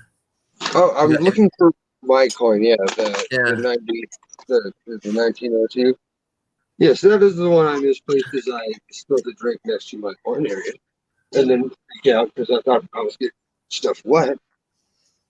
So one moment, please, while I find I'm said. gonna have one of those nights. I use a glass without a stem. We'll just empty out the Morgan tree. Shoot, I haven't seen Inkman in a while. Yeah, I haven't either. don't be sorry if you had to work. You had to work. Hey, Lucky. hey, man. What up? All right, I call shenanigans. I PV'd myself. Excuse me? I PV'd myself. It's when you don't even move and you manage to take yourself. Oh, I'm glad you said work that out. Yeah, it makes David Copperfield look like a chump. Because I don't even move and shit can just vanish. And the only person I've ever seen do that is Ken Peavy. I said you see me do it at least once, but I find it within 15 minutes. Usually. Yeah, I know. The fact that I think I have to Find it. Oh wait, that's the difference. I think I have to get up and like look in another room for something that was on my lap 5 seconds ago. That's It's dumb. either or it went in the living room. Yeah, it's stupid. The underwear gnomes, I'm telling you. It's fucking annoying. It does not make sense. Sometimes they get frisky and they take your left sock too. I'm confused as fuck. Inkman says, hello, Andrew.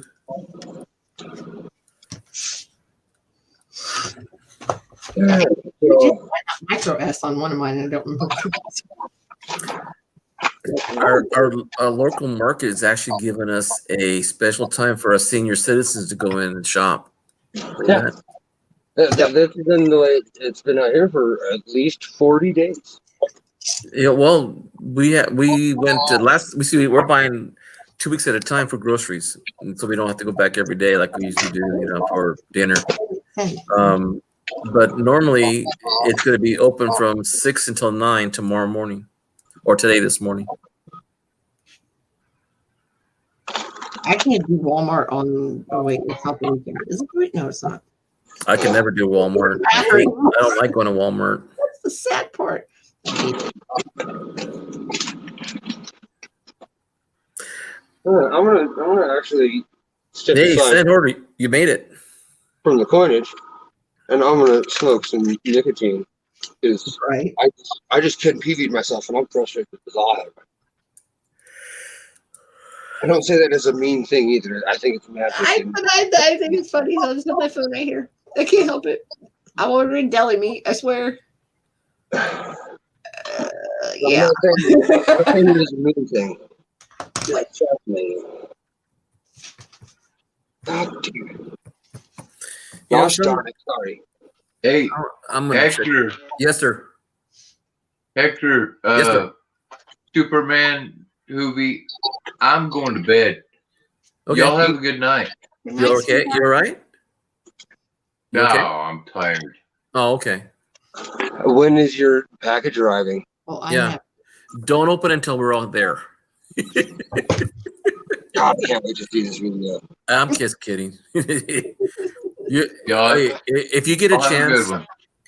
You and too, if you get a chance, take a look at one of my videos where I opened a package from Sin Hoarder. He's in there right now. Tell you, It was more fun than me opening I'll take a stuff look. myself. I'll put Hey, it that way. really quick, yes, sir. Hector. Yes, sir. Seriously, email me and I will walk you through how to just do a YouTube stream, not Okay. the StreamYard shit. Right. I'll do one tomorrow. Cool beans. Probably give you an email about the afternoon. About my clock. My time would be around 12 or 1. So he's an hour later, maybe. That'll maybe. probably work. Okay. Want to make sure I don't get in your day. All right. Peace out, everybody. Good night. Peace, man. Good night. Be excellent. Always try. If I'm this good at making shit disappear, I should seriously get paid for it. David Copperfield. This is dumb. Chris Angel ain't got shit. Send Hoarder says that Ken Potter is posting some mega rare books. I read that wrong. Some mega rare books. Really? Oh, he's got some of like one of 8 in existence books that are ass and are really expensive. Like Chuck Dockery has a butthole. I meant every word of that though. Okay. Okay. That's awesome. You can hear it. I didn't hear it. You can see it. I didn't hear it, but it got recorded. Okay, it was definitely hard for that. Yeah. I'll be right back. I need to go restroom. That's the first We're accent said flipping seeing a horse. awesome. Yeah. I don't want to tear apart my roof for something that was here 5 seconds ago. I just want to meet lovers frozen this morning. At farmersonly.com. Some scary stuff goes down there. I imagine. I mean, they have better imagination than whoever created blackpeoplemeat.com. That just I not. can't say I've heard of that one. You haven't? Yeah. No. I'm I've not seen being- the Jew Day. Like, or J Day. What? I've never heard of J Day. Day. Sorry. That's seriously not. That's what it was called. Yeah, there's blackpeoplemeat.com, and that's I mean, very, very unimaginative. Meet lovers. Come on, yeah. All right. That's not my go, man. Otherwise, I'm gonna have to make this cha-ha-ha-ha by myself. No bueno.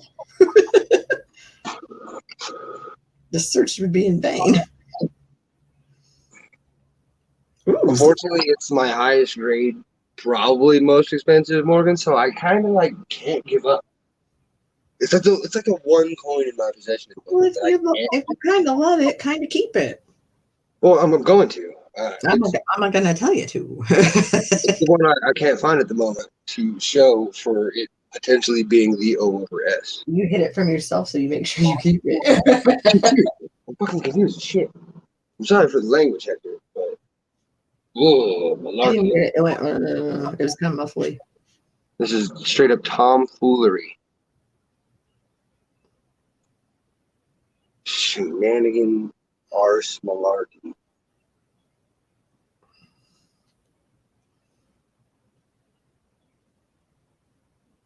This is why people have fits of rage. I know. I've been thinking, like, I just want to say, this is why people go postal. And I'm like, can you say that? And it's cool right now because I feel like it's probably not. You know what's wrong with society? Nobody drinks blood from their enemy's skulls anymore. What's drinking blood called? I don't. Oh, I do. I should remember the name because of Busman's story, but I don't. Sanguinarian.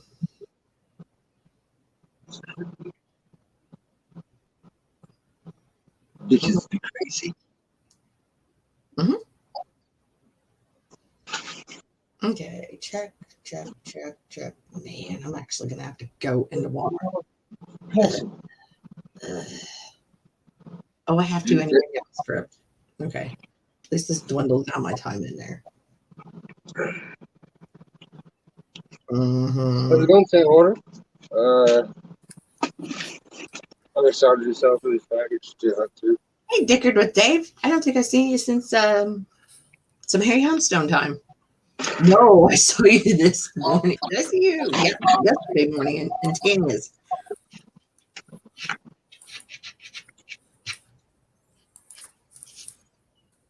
You never go full retard. Dude, I went came back. You see my eyeballs? They're going like, You never go simple jack. too late. You never go full retard. What do you mean you? You can tell Hector puts up with teenagers because he puts up with us. I'm used to it. Exactly. He's like, it's wild. Oh, you'd be surprised what I have to put up with. Most of That's why it's wild. when I'm saying something that's really dumb, it's normally a movie quote. Mine just like, You know, but there are times where I cannot hold back.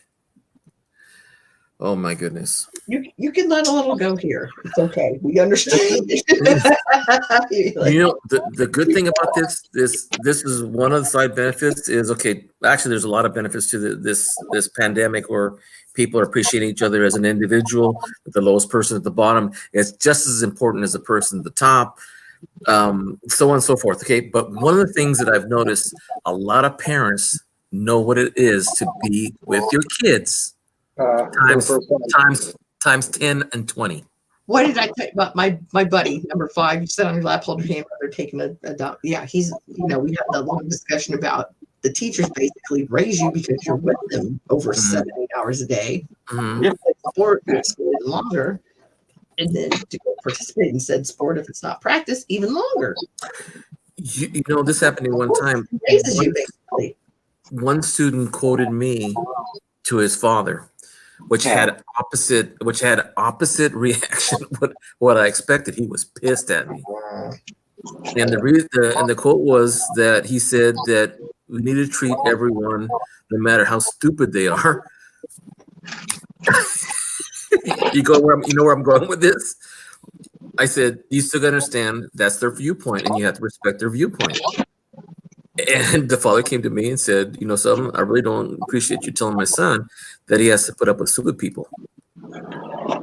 I said, thank you. So you hurt somebody's feelings and tell them you're stupid. Yeah. If you don't agree with their viewpoint. That's not right. Yeah. They may not have all the info that you have, and like maybe that person somebody else. Well, you see, sometimes when people argue, they leave a lot of the facts. They only say one thing, and that qualifies covering the whole rest of it. Even when I say facts, like in November, it was already been told there was a pandemic possible.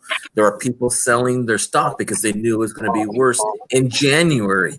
And in February, there was nothing done, and going on and on and on. So you can make all the argument you want. I was one of the people that didn't hear that, Yeah. But you're right. And it's like now you have to play catch up. I heard by some news reports that some people have received the stimulus checks. I have heard the same from the people who have received the fees, and it's not the advance that some were getting from their online banking source, which was also a thing. If you bank with Chime. You guys want to hear something? I gotta get more supplies. I can't believe how much I went through already with Sand Hoarder stuff. Oh my gosh! And my stuff that I've been, putting in flips. And I'm getting pretty good at what I'm doing now is I'm putting the pennies all in a row, and I say, okay, this one looks better than this one. This one looks better than this one. And then I get a magnifying glass and start looking at, okay, this one has less marks. This one has better detail. So I start moving around. By the end of a week on tray of pennies, I've got them like in almost in a grade from the best to the least, no matter what scale it falls on. Right. I normally do that with about as many as you can fit on an upside down mouse pad. Yep. Because it's soft and I can even use the microscope and I just, I put a headlamp on or I have a little tiny like flashlight and I'll do a twirl above each coin. Mm-hmm. And I'll see what disrupted the luster, if it was a bad mark or anything. Yeah. Yeah. And then I'll make a stockpile of ones that stood out above that pile. And I'll make a new mouse pad. You know who does that also? Is Blaine Newport. He does that a lot too. I need to get better at my original storage and then my long time preservation. Because the way that dude keeps his rolls is exactly how you need to keep your. You know what I want to do is I want to buy, like I said, a penny, cheap ones. You know, like I don't know, not cheap ones, but you know, MS 60 up to 67 or 68 within reasonable prices, right? And then maybe start it. I can figure out fine and good and very good and extra fine and all that. I can figure that out. Where the MSs get kind of hairy. Yeah, I mean one little thing off of it and it knocks it down a grade. Mm-hmm.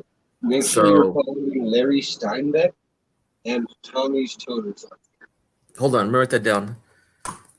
What's his name again? Tommy's Tuners or Toners. Sorry. Tommy's Tuners or Toners? Toners. And what's the other guy's name? Larry Steinbeck. Don't even dare ask me how to spell that last name. I know how to spell it. I mean, I assume it's STIEN and then Bach. Let me ask you this: is it a book or is it a YouTube channel? No, he's a dude who does 4K videos of registry quality coinage, and he does little twirls to where you get to see the full cartwheel with amazing clarity. And he has like a few hour-and-a-half long videos where he just goes through every coin on like one of the highest graded typeset, but in slabs. Mm-hmm. And you get to see what just how beautiful that grade really is on a lot of them. Yeah, he shows you a lot of unboxings too. He's been around for a long time and really high up there in the world, like Ken Potter style.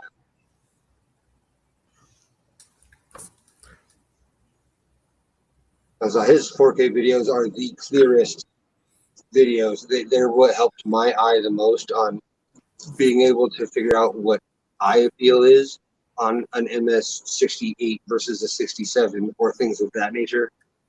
His video quality is good enough to help train the eye there. Thanks, Inhorder. Yeah, I'm trying to look at videos now that I have time, and I'm looking at mostly pennies just to get started on, but I'd like to be a little bit more and grow up to nickels next and then dimes.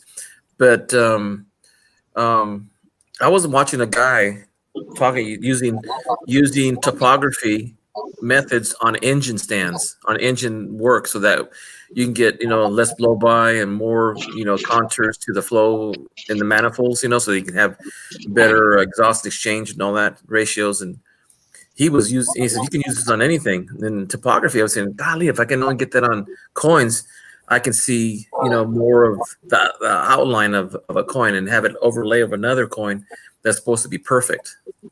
If you look up the Ando Star 407, I'm thinking is the one it is. Mm-hmm. It has more megapixels than we're used to and 3D imaging interface in there. Wow.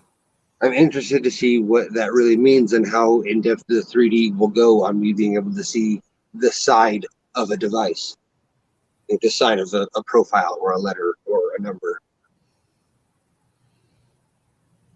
I think that would make RPM photographs much easier. I love the overlay idea because I think the clashes and Yeah. stuff would make it so much easier. Agreed.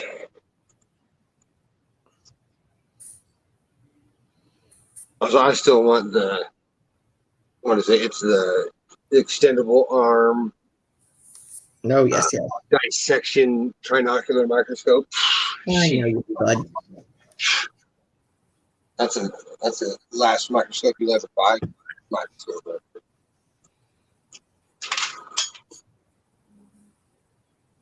All right, I've almost completely made the room spotless and still can't find this damn phone. Yay! Well, Senator, I can tell you that it is not in my bank account right now. The stimulus check. I can tell you mine won't be because I haven't filed my taxes yet because I didn't think I was even gonna have potential for it. Really went off of you doing your taxes from 2018, so they knew where to put the check if you still had the same bank account. You know, if you there's a few videos that aren't very long that if you watch, this little Asian dude is super informative. Oh, I'll look it up in a second, but I know who you're talking about. It's just behind the desk, everything's gray. What's his name? I Like don't know. something values. Yeah, I'll have to look it up. Just look at stimulus check update and he'll be one of the top 3 that'll pop up.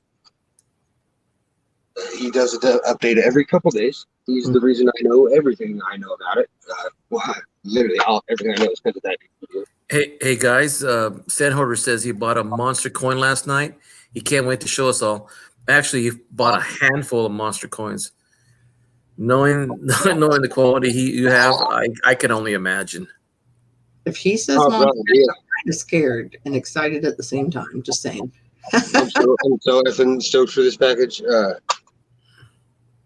Because Young Coin Hunter had said that he's like, yeah, that should be there already. I got mine already, so it's all cool. I'll wait a day or 2, and then I'll go check. And it still wasn't there, and I was like, should I get Forge Pirated? No. So I sent him a message. I thought, hey, buddy. And he immediately replied with, your package will be shipped out. It'll be there in a few days. I was like, oh, okay. I was just going to check for Forge Pirates if he's not. Hey, Midnight, what year is that double ear? 84. I'm thinking. There's an 89 also or Oh, something. There's an 87. There's a 97. There's an 88. Okay, I was being dyslexic and off. So Dustin Morgan just put a video on the 88 one. Is that the one you got? me? He says, Sandholder, do you what Midnight said? Filer paperwork for the students. Okay. No, but 2000D, pretty sure will be a new variety. Hot Ooh. dang. I got some of those. If you have Instagram, which I know Sam Horter does, and he's seen it. Did you find that name, Melissa? No, surprisingly, I'm like, why is there so much crud on here? Oh, there he was. I just saw it. Clear value tax. Clear value. Oh, Yeah. Capital C and then capital V with no space in between those 2 words. Which I mean, it's not like that, like an email or anything. And then Clear. and then capital T. Clear value T? Is that right? Let's see. That might be a little clearer. That's where the guy's at. Stimulus package. Yeah, I can. It's not clear. Clear value Tax. T. Tax? Yeah. I just say it's like capital C, clear value, capital V, and then space tax. Like I'm sure it would show up. You don't have to be exact, but Okay. you know. I might even qualify for unemployment too. You know, Scott got that from when they got sent home. I was like, good. And he said, you know what? I would have got 600 more if I would have stayed home. And I said, yeah. It's like, you got up on your soapbox and said, my life's worth more than this job. And 2 days later, you turn around and you leave for work. And one of the dingbats that called and worried more is, oh, I'm sorry, because he'd been on the phone so much at work. Apparently had some little hoochie and her friend drive down there, and they stayed at a different hotel. So said person dropped off the face of the earth after he left to go hang out with them. I'm like, this makes so much sense. Wow, just on one of them, he's got 12,000 comments. Oh, yeah. 12,615 of them. Been lighting up like wildfire the past week. And I think he gets to the point as best he can, even though there's a lot to explain about it. But I guess the beauty of it is at least you can go back and watch something if you missed it.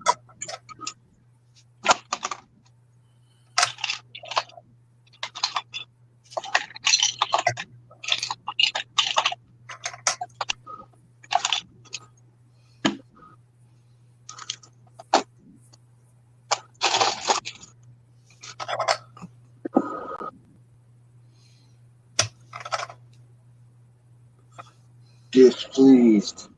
I am displeased. No, Why are you displeased? About what? Oh, that coin is still missing, and I have very little to move around before I'm completely astonished. This could be the best magic trick yet. That's right. I hit it from myself. Yeah. Without moving, it was in my hand, and then Dude, I was supposed to get, and I was like, "No, let me get that before anything gets wet." And then nothing was in danger, and now it's gone. oh, dur.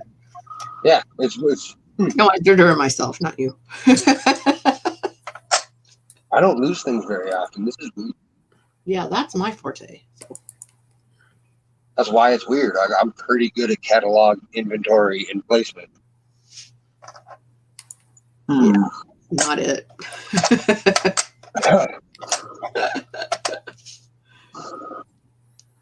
So yeah, that was Why would Wookiee live on Endor? way up higher for that. That does not make sense. Do I? It's the But I exist, so there you go. It can happen. it's the Cochrane defense from South Park. Is it really? Yeah. Why would a Wookiee live on Endor? That does not make sense. If that does not make sense, you must acquit. I thought I was doing more of a I exist, therefore I am kind of thing, but I guess not. Whatever. Retreat. Okay. All right, I give up. No, I'm not Tap. you. No, don't. Yeah, actually, just give up and don't think about it, and then it'll basically jump out at you. I did that with like $500 one time as a teenager. Mm-hmm. It turns out when I stretched, I put it in the in between the pad and the backing of a recliner because it was folded up all beautifully. My best friend came over and we spent 3 days and completely remodeled an entire back half of my garage for that $400. I gave up. I smoked a bowl one day and immediately I was like, I know where that It just money. goes bing. Damn. I called up Wes. I was like, hey, buddy, guess where that money was? He's all going to beat the crap out of you. I've never done that. Yeah, it was so bad. We tore down drywall. We ripped an entire room apart. It was bad. Oh no! If I think check that out. I know I've looked at this, but yeah. I know it's still. I enjoy it. And I actually took it out. I took it out of the glass.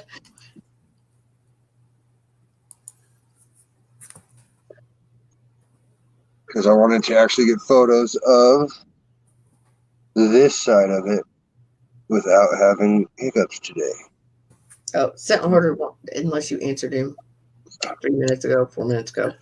Oh, I misplaced my 1902 O, which I'm still convinced is an O over S, which doesn't exist as of yet. Oh my God, you had that out like 15 minutes ago.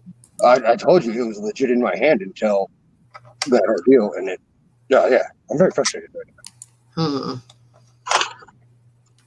I don't think you're aware of how genuinely confused and pissed off that really made me. I wandered off, otherwise I might be more help.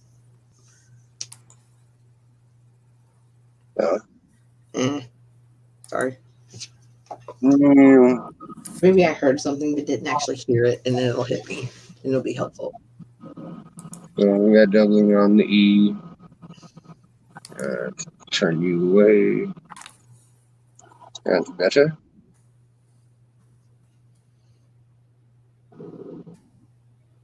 I normally don't look this close, but it's easier for the phone.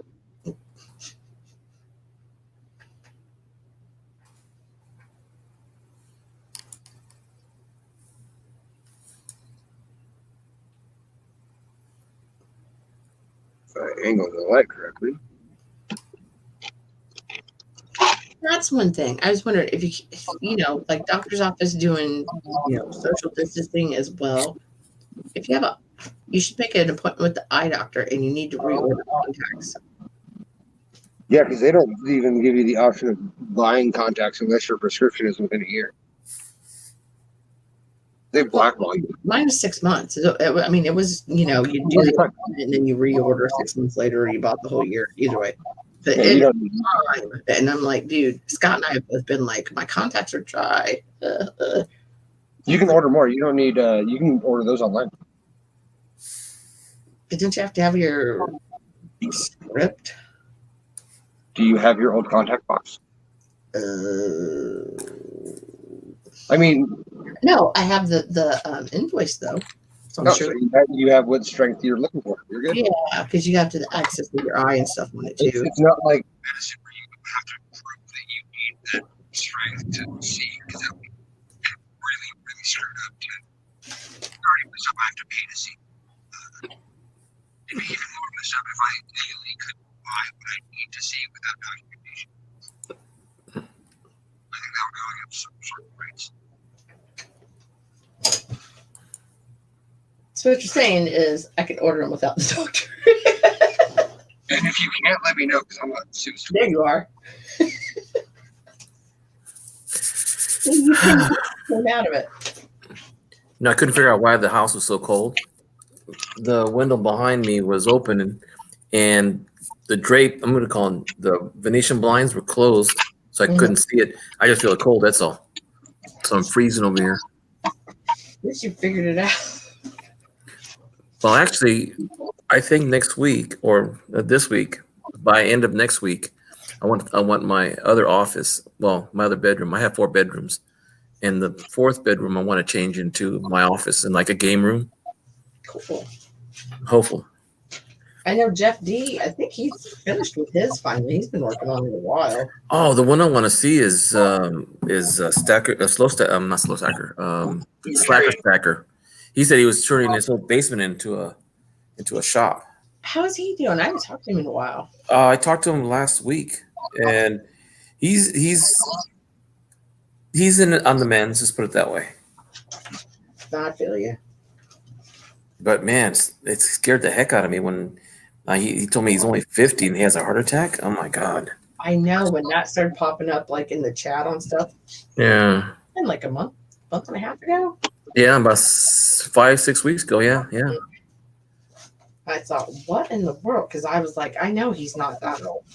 But then again, I just had a buddy die of, heart complication stuff. And he's 30. He was 34. I mean, it happens. Yeah. I don't like it. Well, not to sound morbid, but I started putting all my passwords, in one place. So when something happens, everything's, available. That's one good thing about me screwing up computers so much is that Scott and I both have access to each other's passwords, and then it just does the whole list of them. And then like, I'm making a little legend that has a little mark for what percentage of silver is in my constitutional coinage, so that way if somebody who's not knowledgeable in any way can still have it not get ripped off. Tin can. He's gonna wait until it comes back. Oh, he went. Usually he says he just waits it out. Even Midnight Silver Run says, Stern, you're a tin can.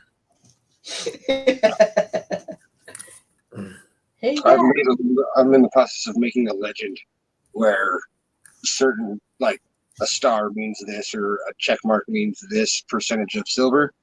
That way, if somebody who doesn't know diddly about the not numismatic coinage, they can still not get ripped off and taken to a effing coin star. ooh, that reminds me. That way I don't have to write a whole bunch of stuff on all my flips, but I can put a little mark and then at the front of my binder have a little legend that says, hey, this mark means this much silver. This mark means this much silver. And in this year, that's how much that was worth. Go from there. Did you just get torqued off by something? I'm Man, still really mad about that coin. You sound worse than me. I'm like, what happened? Like 2 minutes. I don't lose things. Okay. It doesn't sit well. Okay. So it Twitter pated me a bit. Simmer down. Evidently. Yeah, that's where it was. Okay. Oh no, but Hector was talking about making a will and putting things in certain spots. That way, worst case scenario. Mm-hmm. Well, yeah, that's been what I've been doing. This one is making sure that at least if I don't make it back to my stuff, whoever has it doesn't lose out. Yeah, I'm putting even some of the foreign coins. I didn't know there was a value to them other than the value of the coin itself. I mean, from that country. But some of these coins are demonetized. They're no longer in usage.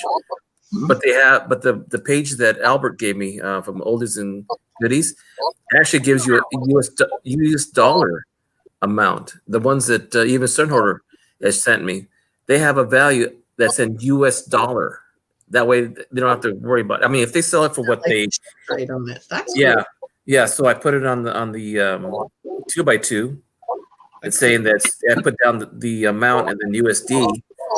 And that way they can say, okay, this is worth 32 cents.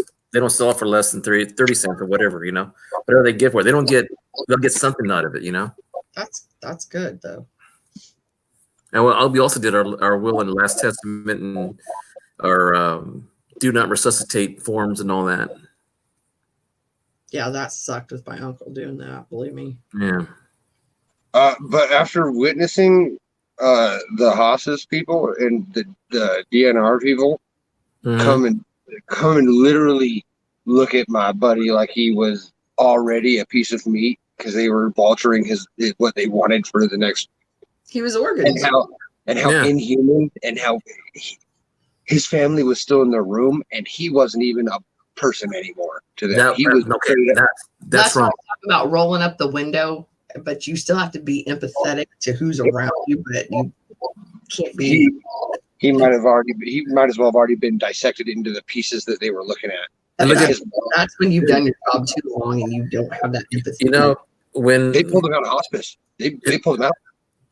It's funny because they won't let you morphine drip for hospice. That's true.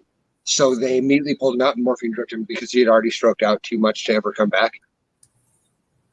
Based on that one interaction. Yeah, like Scott's grandpa, they did the same thing. They brought him home and waited it out. When my dad passed away at the VA hospital, not the hospital, VA, another hospital. As we were in the room with him, the nurses, they prepped him and they took everything that was on him mechanically and medically. And as we're walking out, the nurses came out and they filed against the wall. And that was like a wall of people on both sides as we walked out. And that was really nice. But I've seen people, the same way, and other times where in ICU, a person dies almost every day in ICU. And when I was there for 3 months, I saw a lot of people leave, and they had really high respect for the family and That's one thing I noticed when I took respiratory, that they didn't let us go to ICU that much when we were in class, which what you're saying was a very good thing because you didn't let some bumble in there. You know what I mean? Midnight Seller Rose says, I totally plan on selling everything before I die and enjoying whatever I get.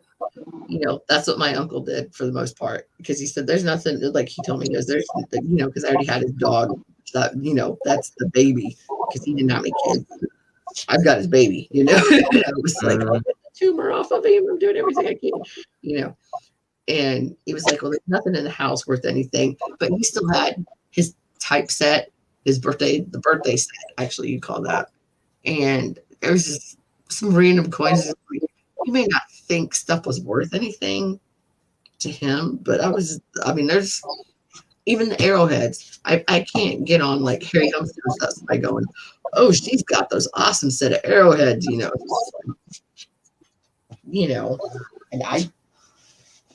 I'm just like, they need to be somewhere where somebody can appreciate them instead of me keeping them, stored away, because I'm scared to have them out, because people are like, don't have those hanging on the walls in the house showing them off. Yeah, like my Trans Am is rotting away because I physically can't do anything with it for a minute. Yeah, you told me about the Trans Am. Stern, the best thing you can do is make sure the tires are aired up, drain the oil, drain the end, do all that stuff you can to keep it just preserved, and clean it once in a while. Just once a year would be enough. It's sitting outside in the elements because I don't even have a garage. Ouch. Yeah, Colorado elements. No salt, but a lot of snow. Not pleasant weather. No.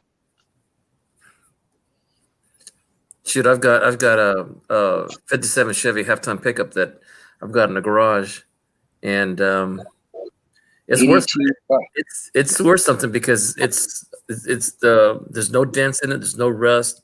It's got a new paint job on it, new engine, new wire. Mine's primer gray, but it's the 82 Firebird Trans Am. When they brought it back, the 78 model. So it has the T-tops, the side ports, the honeycomb or the shaker hood. It doesn't have the honeycomb rims. It just has the original black Trans Am. Well, they're making now 18s and 20s of the honeycomb. They have been. Rims. Yeah, they have been for a while. Look up Pontiac Hearst. They've been making them since 2013. Mm-hmm.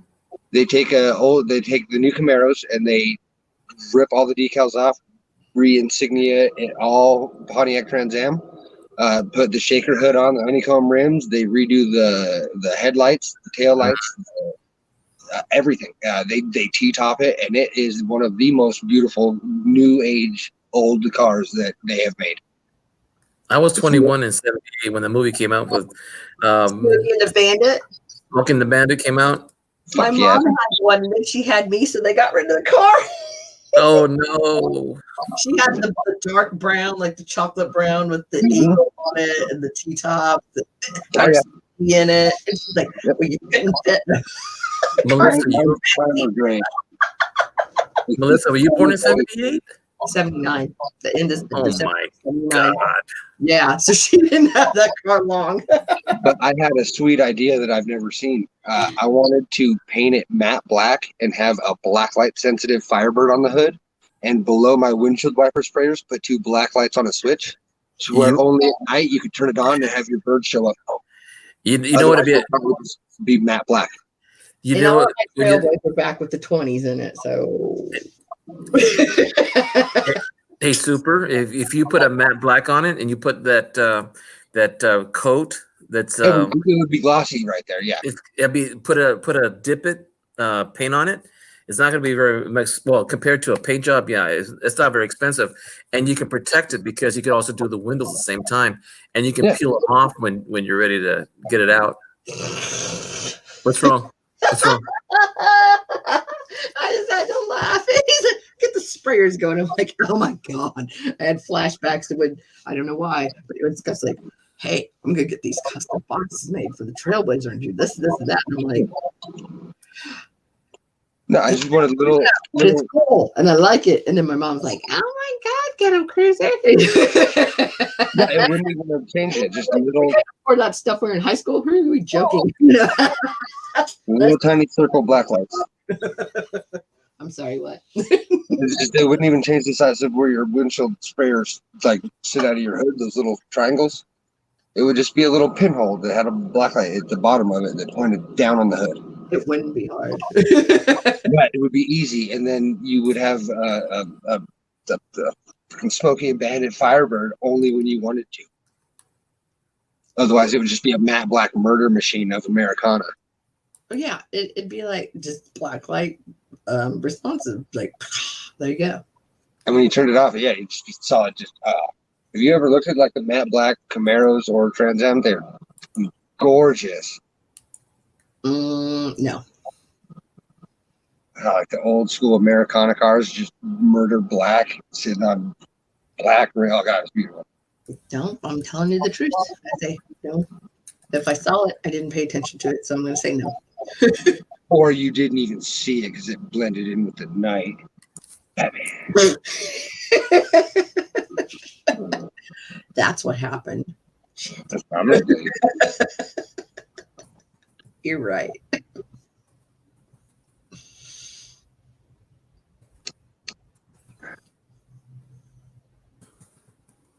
So this is the coin I was irritated that I couldn't find. That's why I was like, welcome back. It doesn't even look the same now, like that chippy in the middle. Dude, It looks like to me. That's what it looks like to me because there's no space between that other part. And it looks higher set up than the picture you had showed before there, Stern. I mean, yeah, Stern. Same exact coin, same exact scope. dude, that cannot be the same coin. I didn't No. see the cracks earlier. Yeah, I don't see that space between the bottom. You're high. That's the only 1902 I own. And yeah, I smoke a little bit of reefer most of the time. I never get to say that to you because I was like, whatever. But I mean, it could be position. I thought looked way less sloping. If I take it off of the height, so it might change the perspective. This is how we misplaced my proof $50 blah blah. And I said, let me put the sticker on it now because I'll misplace it. And I'm like, wait, did I stick the sticker on the right one? Yeah.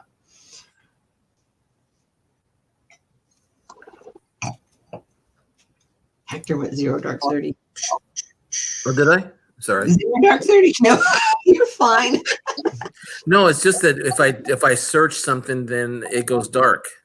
Oh, I thought it was just easier on your eyes. It's like the deluminate thing.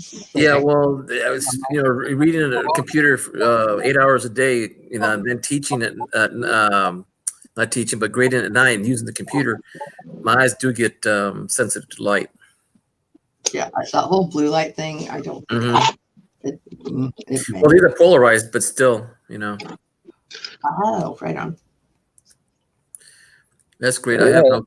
Let me see what it's there. Watch what it is. It's great. I have no kids, so there wouldn't be anyone. Ooh. To tell you the truth, I'm kid free as well.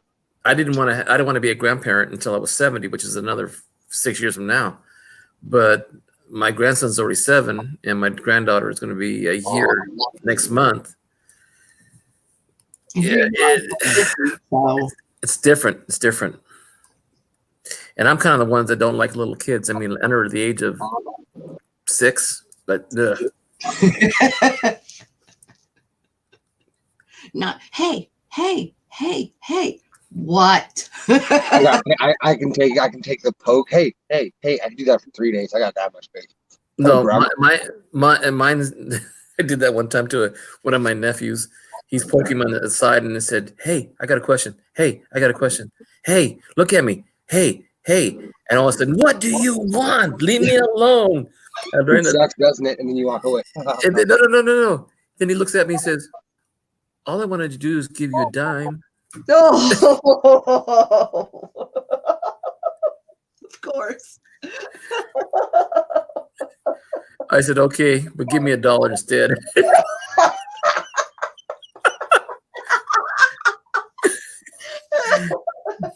That's how bad I was. You know, even I have 13 nephews and nieces on one side, and I have another 10 on my side. And I've never held them. I never picked them up. I never, Right. but I just never was like, motherly. Okay. That's fine. It's like when my son one time he ran from the kitchen to the door and came back and told us that he was there was somebody at the door, and for some reason on the way back he flew like Superman and he cut himself right on the forehead.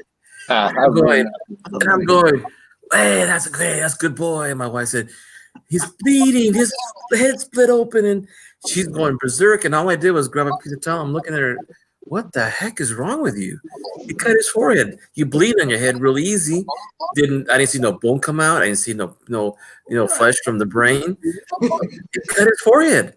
So years later, my grandson gets his hand smashed in the sliding door window, and it went between the door and the jamb, and it crushed it. And there's a picture of my daughter holding my grandson.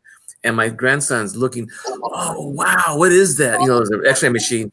And my daughter's tearing up and crying like, "Oh, my." I said, "Who's in pain? Who's the patient?" And we have this picture, of her because, she's one of those tough girls that played a lot of softball. And Right.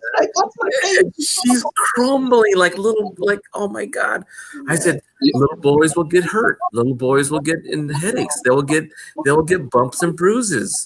And until you physically make eye contact with the injury, if it's an aggressive injury, you don't feel pain. No. That's so true. Oh my God. I fell out of a tree and had a stick go through my thigh, break off, and then continue to stay in my leg as I fell the rest of the way out of the tree. I will. I immediately hit the ground, stood up, walked into my back door like nothing was wrong, and was like, "Hey guys, my leg kind of hurts." And then I remember everybody inside like, "Oh my fucking Lord." And then I remember looking down, and then I remember waking up the next day. Oh, I believe Did you read that? Did you read that already? Yeah. Yeah, and it was that quick. I was like, "Guys, my leg kind of hurts." And I looked down, and then I remember waking up the next day in my bed, and I was like, "Huh." You guys can't see it, but I have a scar from the bottom of my eyebrow all the way up, and it goes back to my skull like this. I hit a fire hydrant off of a bike, and I was riding the bike, really fast, and somehow somebody stopped in front, and somebody stopped from behind, and as the person stopped in front, lunged me forward, and then the person behind me hit me from behind, flew over the handlebars, and I hit a fire hydrant with my head. Dang. And then my neighbor picked me up and put me in a blanket, and because the blanket was light colored, it looked worse than it was. And that wasn't the hard part. The hard part was 6 or 7. Oh. And so I went to my pediatrician, and he puts a blanket over my head. I thought it was a blanket, but it's one of those with surgery towels.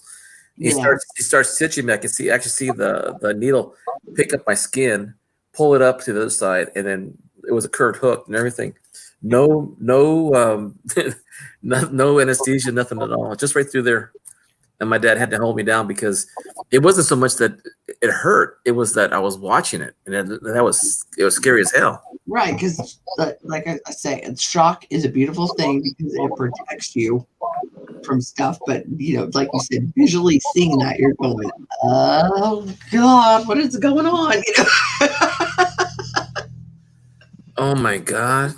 Blew myself up when I was 12 with a gas can. Fire holding the gas. Oh shoot! My buddy was, I don't know how he. I don't know how he got ether, but it was in a pop can, and his buddy came over and put a cigarette out in it and blew up the room. I said right on before that. Blew up the room. Unbelievable. I've never seen such a. It was the craziest thing I've ever seen in my life. It like shook the house. He survived it. Like nobody was severely injured in this. Even it's just don't put flammable liquids in a pop can if you or anybody you know happens to smoke anything. Don't put flammable shit in a pop can. My parents. Don't put it in styrofoam either. No. Don't put anything in styrofoam. Just don't have styrofoam because it just turns into napalm at best anyway. My buddy Danny did that with the fire at his dad's, and he said, I wasn't there, but he said it just felt like it ripped up the side of my face, and he turned, and it singed his eyebrow, his ear. You could see like the hairs were crispy. Oh my god, dude! Why did you do that? It sounds like Midnight Silver Room was an arsonist as a kid. Oh my god. Pyro after PM, you know. Oh shoot! This is one memory that comes to me right now about destroying stuff. Mm-hmm. One day, my dad had bought a new Craftsman set of screwdrivers, and there was one that was like a foot long and really a big one, right? So I started throwing up in the air and it stick in the ground. Oh, I thought that was cool. Threw it up again. And then it started getting dark again. Kept throwing it up in the air, and I started losing it in the night sky. I'm going, shoot, where'd it go? They were sticking in the ground. So I said, thinking that, okay, I'll get scared throwing up, and maybe the last one it won't do anything. So I threw the last time up in the air, and all I hear was thump. That sounded different. Where'd it go? In your foot. So I'm looking around. No, my dad had just bought a brand new car. Oh. It went through the windshield and the rear windshield. right straight through, and you can tell that it was curved, but the angle of the screwdriver actually caught the glass, and it went in, and it's stuff like that. It didn't even shatter. This one. And I'm 13 years old or 12 years old, and I'm going, oh my god, my dad's gonna kill me. But if I don't tell him, he's gonna kill me anyway. So I took the screwdriver out, and I should have left it in there. I took it out, and I went inside the house, and my dad's watching TV, and he looks at me like, says, "Okay, what'd you do now?" I said, "Honest, Dad, I was throwing the screwdriver up in the air. Which one? This one." And I gave it to him, and I threw it up in the air, and it hit the car. Oh, you did again? He beat the shit out of you with that screwdriver. He goes. What do you mean it hit the car? What did it hit? I said, come here, I'll show you. So I took him outside. He looks at the car, looks at me, looks at the screwdriver, looks at the car, looks at me, looks at the screwdriver. Doesn't say a word, and he walks to the garage, closes the garage door, puts the thing away, goes back and sits down in his chair like he normally does. I'm going, okay, what happened? So I said, oh, okay. So I waited a few minutes, and I waited a few minutes in the garage, and I said, okay, I better go find out what's my punishment because I know I'm going to get it. Well, that's when you go pack your bag and cry so you don't get it worse. So I walk in the door, and I look at my dad, and he's watching TV. I said, Dad, are you mad? And he goes, about what? The car, the screwdriver, the hole in the rear windshield. Because I don't believe you. A screwdriver does not go into a piece of glass that's at an angle that comes down straight and puts a hole right through it. Even till the day he passed away, he never believed me that I did that. I didn't get punished, nothing. That is the worst thing about being an only child. If something that freakish happens, they can't blame it on anybody else or anything else. You're like, no, that is really what happened. I feel you. All right, I was sitting here bouncing 82 pennies to see if they were copper or zinc. Like the second day I started doing the YouTube, and I bounce one, and it lands fucking perfect like this on the desk. Oh, it happens. I've done it. On a penny. I've never seen a penny bounce and stand straight up. I've done it. Nickels are easier. Oh yeah. So that's my I think that's my first YouTube video is the aftermath of that. I was like, you guys won't fucking believe me, but I just did this. Try doing it again. See what happens. Oh, I've been trying ever since. It'll never happen again.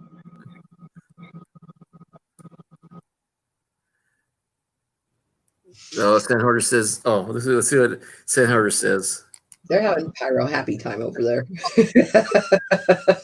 Oh, that's one thing about my high school. We were like the top school in Fresno and Clovis and all that area. And I remember one of our teachers used to say we should never teach students that are more intelligent to use the information for the good and for the bad. Well, when they started teaching us chemistry in our junior year, they started telling us about how magnesium, potassium, and what things happen when you mix the two with water or oil or whatever. Well, we put magnesium inside of a pool, and it went poop, little 2-3 grams. It went poop, poop. So I love people reacting day. Somebody thought of the idea of putting at least 30 grams. Well, if you do chemistry right and you do the measurement of what the output of energy that can be put from a 1 gram or 2 gram to a 30 gram size piece of metal in the water, oh my gosh, it took half the pool out of the water. Oh, I remember you saying that now. That had to look pretty epic. They had the bomb squad there. They had the fire department, sheriff. I mean, just to see it go. You're like, hey, we just did a displacement experiment and it went well. Should never teach intelligent children to do bad things.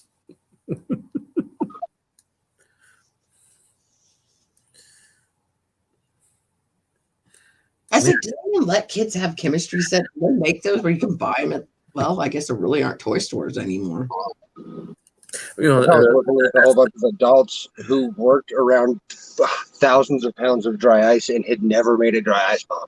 Like a group of adults who had never. They used to show you how to do that on Bill Nye Science Guy. I couldn't believe it. I was like, you guys, what did you guys do as children? I was like, man, we have one of those blue barrels in the backyard. Do we fill it up with water? Let's go. Boom. We did. We would do. That's not as bad as us learning how to use mini potato guns using the lighter. No. Well, I don't know what you guys called it in your day, but we just call them mini guns, potato guns. We'd use a lighter for propellant, and then it'd be the size of a pack of cigarettes, about that big, and we would wrap it up, and then we'd have pieces of potato in a smaller glass straw from the chemistry department, and you put it in together and you arrange it so that it was a potato gun. We had one where you would fill it with Works, the aerosol.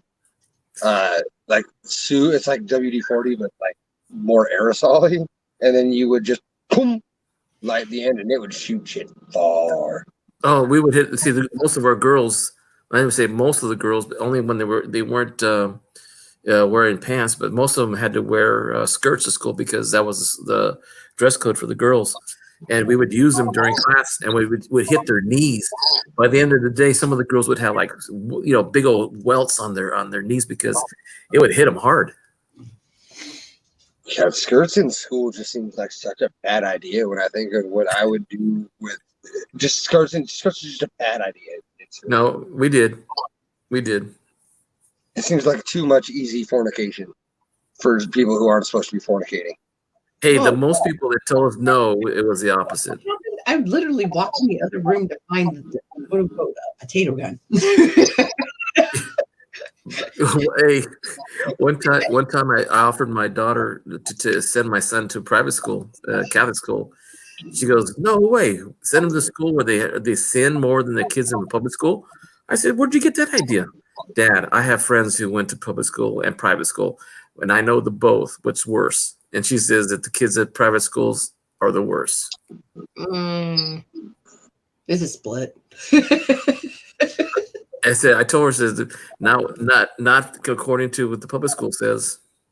Wow, that's nice. That's like they always say, oh, the preacher's kids turn out to be the worst. Is that a proof? Yeah, it's the best 62 proof scent I've ever personally seen. Get that out of my face. Can I see the back? Absolutely. It's not going to be as clear unless I take it out of this capsule, and I don't feel like doing No, that's that. fine. No, just looking for the. So, Wow. yeah, it's got more reflection because of the stupid glass or plastic. Well, okay, I can tell you that the 55 S's that I received from Scent Hoarder, some of them pretty nice. I wouldn't say they were above MS62, in my opinion. Not that it's graded that way, but they're really nice. Do you know how hard it was not to open that box and see what you were getting? You know how hard it was for me to keep on it, and I'm still working on it. Since February 3rd, I'm still working on it. There's nothing wrong with that. There was so much stuff in there.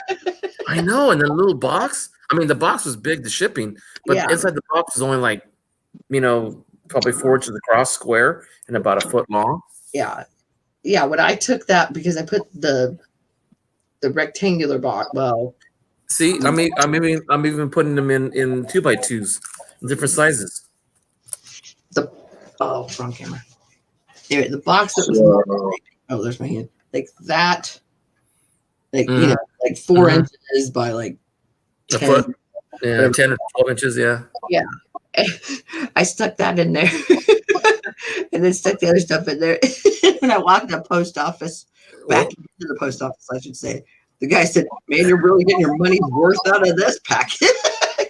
He knew I would take coin stuff in it. He knows what I'm. Well, I went back to listen to my wife, the way she reacted. That's what you're like, Linda. She's like, "I'm watching." I really am. It's cool. That's a nice little crack, or is that the separation? That is what doubling looks like on proof coins at least 40% of the time. Oh, well, look at the bottom of the one. Indubitably. And if I can get the lighting right, that crack of the one continues to go from yonder and then goes straight up.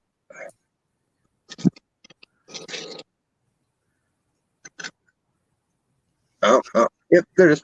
Yeah, you are going to be like immersed in that box, and then you'll be like, "I want to show everybody what I got." I already know. And you got to go live. You got to go live, and when you do that, I mean, if I can't go live until I get a computer. No. And- Just one of us will sit you up. We'll go on and just tell us ahead of time. Oh, dude, yeah, I'll drift for my way, or else I'll make 400,000 videos trying to find one that's acceptable. Well, I'm pretty sure I conserved my last 3 hours well, because I'm pretty sure that we got our hours on the same time and just granted that. Just got more tonight, I heard. Oh no, I was talking about Tanya. Oh yeah, and see, Kitty Fishing or Oz, one of the two, just on that last stream, it said they just got reimbursed their hours tonight. Yeah, actually, I hadn't checked, but I mean, I still have a few. Because I was like, I really haven't done anything, and I don't want to pay $20 bucks. I'm not gonna do anything. Yeah.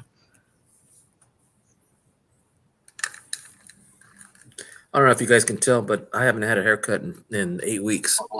Bro, I'm looking pretty hobo-esque myself. Don't you worry. Well, that's why I'm letting this go. The struggle is real. Hello, Pat's Piling Pennies. He's like, look at my hair. Look at my hair.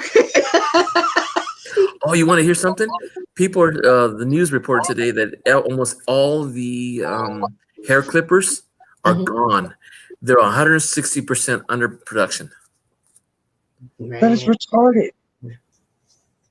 People are weird. It's like, buy the little bladey blades. I mean, if you already had it. I mean, I understand if you don't, but yes. It's true. Let me know. Did you hear this? What? What? Hear what?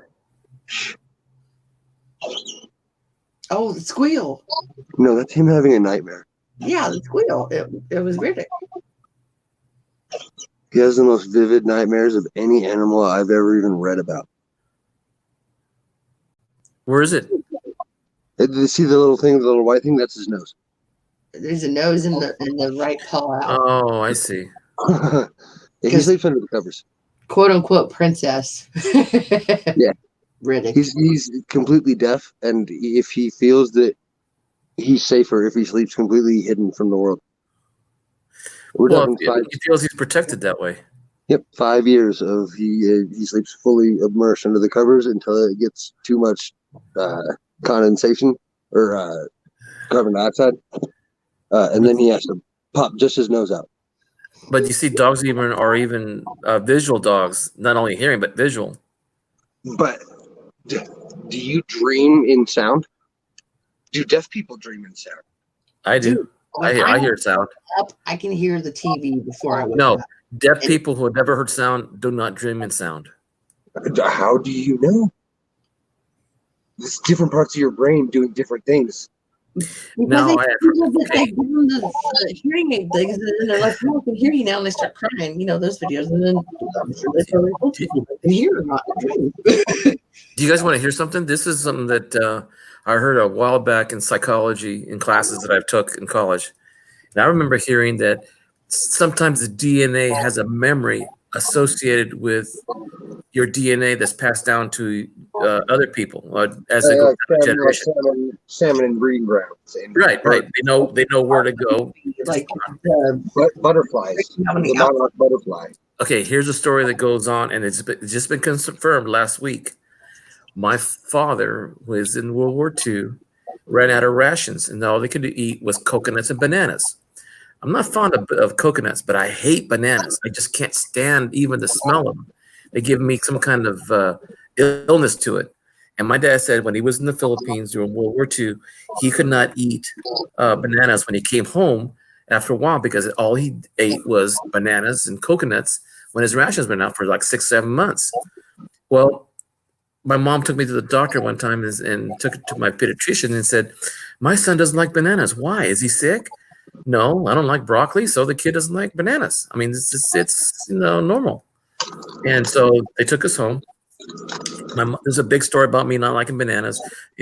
My mom did a little test. She put a little slice of banana in a big old cake, and I just got sick and I threw up. I could smell it in the cake and I could taste it. And when I tasted it, I threw up. Okay, long story short, my daughter last week tells my wife that my granddaughter doesn't like bananas, but my daughter likes bananas.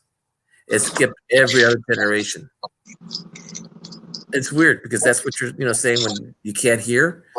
No, maybe the dog can hear because it's former. I think he dreams in sound. It'd be hereditary as well. Yeah, He only makes those noises while having nightmares. And it's not like that specific noise in general, but that sound, the pitch in which he makes that whimper, I have only heard in nightmares. Which he has frequently. Like he'll bark, he'll run, like he has full on. He'll start trembling. You can see his cheeks start to tremble when he breathes out. He'll like. Okay. What do you make of this?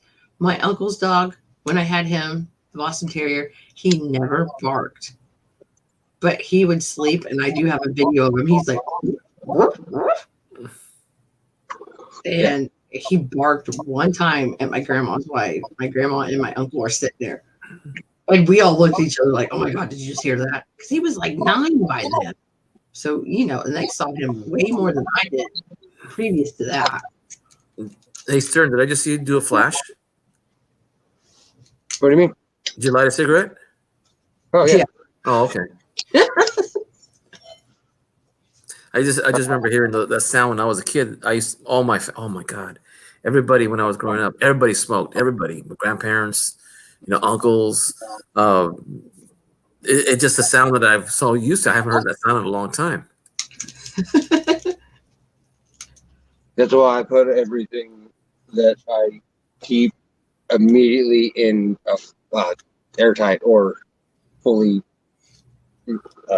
closed up 2x2, so they don't get all smoky and or black spots because breathing on a coin is almost as bad as smoking around ones that you enjoy. So I make sure that all mine don't sit airborne. I'm really interested to see how the quarter that, a couple years ago that I would go on and rub it with a cloth. See what they end up looking like, because that's probably been 5 years by now. And somebody said, yeah, just think of what's on your breath. And I was like, well, crap. Yeah, you're not even supposed to talk over your coins when you have them open to the world. What?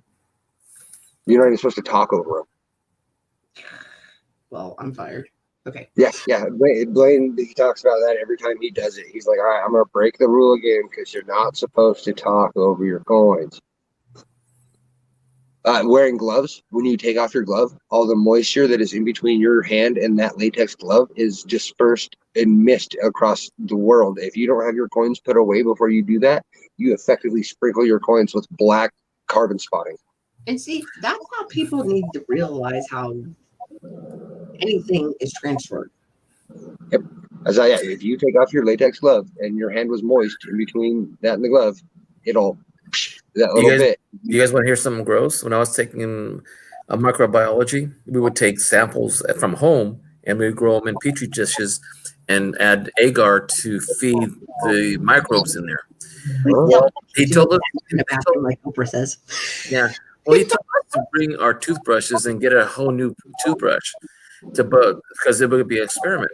So we brought them and we took a swab on each of the toothbrush heads and on the handle, and we put them in petri dishes and we scored it up and we put them away, and then we started noticing that it had E. coli and various different bacteria on it, and we had to do counts on the amount of E. coli versus other bacteria and viruses, and so as we did our counts, he's telling, we're doing this, we're counting, and he's talking to us during class in the lecture. He goes, now remember, when you guys flush the toilet, it becomes an aerosol. When the aerosol mixes up whatever you put in the toilet, it becomes airborne, and it lands on your toothbrush. Yep. And Dr. Oz said that goes, 8 to 10 feet high? Yeah, and we're going, oh my God. You mean tell me we're brushing our teeth with shit? Yes. Yes. Yep. I put my toothbrush in a Ziploc bag and it goes in and out as if I'm getting on an airplane. Mine is put upside down in mouthwash. Oh, nice. Oh, you Barbasol it basically? Okay, that's smart. All right, Blush. Yeah, and I keep telling kids, don't hug each other so much. Don't handshake. Don't be hugging each other. Kind of forget that there aren't beds on the toilets in public schools. Because the kids are always hugging each other between classes. I miss you so much. Dudes, you just saw each other not even 45 minutes ago. Well, outside of the pandemic, I don't think that's a bad idea. I can understand that, because we used to everybody would, oh, hey, try a bite of this. It tastes good. Like your mom made it for lunch or something. We drink after, even in high school, because we'd all grown up together. We're just like, yeah, you're not gross. We drink the same soda. We'd stick our hand in the same bag of cheese balls. But as soon as one person had a cold sore, everybody knew who that person was. You're tainted. I think the worst thing that ever happened was 5 of us got chickenpox at the same time in the 2nd grade. I forgot to. Did I put this up already? I think I did. Possibly, but you definitely. Oh no, you didn't put it up. Yeah, I didn't. It says, "Ubi, Hector, anyone I like, Stern is getting a box of proofs from me, 150 to 250. If anyone needs any dates for their albums, talk to Stern or me, Mr. Stern." There are some nickels I need. I need to finish all my essays. I had no idea that Actually, it was that amount. That was an immediate half chat. I don't even know what that say. I was expecting a dozen or two, maybe, because I told him, he showed me the box, a video of the box. Go big or go home. Yeah. I thought it's just $40 box. That nothing. Actually, Stern. Actually, I do need. I got an album from Sheldon, and it's a 20th century book with birth years in there, and I've already started filling up all the 1900 this way, but I don't have any. I do have some years of my kids, but if I can get their years improved, one's one's 2013, the other one's 2019. Okay, I might have to go pick up those unless Sir No. If you have them readily with you, because whatever you don't get that you have proofs of, I want that part proofs. Everything else is going to be whatever I have left, because I'm up to the not Kennedy, Susan B. Anthony, Ikes. I have those all filled. All I need is I would like to get a proof set of them, of their years, 2013 and is it 2013? They didn't have Ikes in 13. No. That's the above part where the proof is their birth year. It's penny, nickel, diamond, and half dollar. That's all it is. Yeah. That part I would like to make sure is proof. So 13 and 19 is what you need proofs of. I'm trying to remember my grandson's birth year. My daughter was born. My granddaughter was born last year in May of 2019. He's 7 already, so that means 2012. Yeah. Did they do a enhanced uncirculated set for 2019, or was that just 18? I'm not even sure. It is cool. It's unique as hell. It is the only time I've ever seen coins designed the way they are mint wise. You gotta Google it. I can't even describe it the right way. Were you asking or telling? Because that was kind of. I'm asking if they did it for 2019 as well, because they did it for 2018. Okay. And Right here. You have the enhanced one? Yeah, they're cool as F. Super unique looking. Awesome. I'll buy it. No, Is it's that not. Oh no! I don't think that's the enhanced uncirculated set. I don't believe it is either. No, because they actually they'll say enhanced uncirculated, and they are made with. It's like a 3-tone proof. Like there's layers to it. It's weird as hell. It's cool. Because the ones that want to put it, it's either proof or extra fine, or even because I'm going to put them in their folder. Sheldon gave me a book for each of my grandkids, and yeah, he was. I mean, he's a really nice guy. It's Sheldon. So I just want to. If I take them out of a set, I'd rather buy them loose, so that I can put them in their set. Yep, that's it. You probably would get them cheaper this way, honestly. Really? I think. Well, I mean, as far as doing the sets go. Very nice. Wow. And that was the year of the reverse proof penny as well. And the first year of that is the first year of the W, 2019. Yep. I think I know somebody that's got some W's. Just saying. Hey. I got 4 W's. I have 4 W's. I have I have 3 W quarters, but I have 2 W dimes and 2 W pennies. I'm not giving out my W dimes. I didn't want you to would guys. 2000. We're talking 2019 though, sir, not the 96 and the 2020. Yeah, the W. Yeah. I'm missing the lot too of the W's. 2000. Yeah, I would keep if I saw a set like that, I like to keep it that way. But if it's going to be like loose, anything that's long is good. $30 for that, maybe. The new proof sets, they vary so drastically after 2009. Yeah, I don't know 2009. My grandparents didn't buy one that year. And then It's a $100 set. they're like, my grandma said, well, I don't think anybody cared. I'm like, hell yes, we care. I was like, where's my set? Right, those copper 2009 proof sets are expensive. Panicked. I was like, we do, we care. That's one of the newer proof sets that I do need. Well, it's just like the ones I put in now that I've got. They're what I have. I mean, they're not good, or they're like more like extra fine, around that kind of grade. Yeah, I'm embarrassed to show you guys my books because I negated them so much.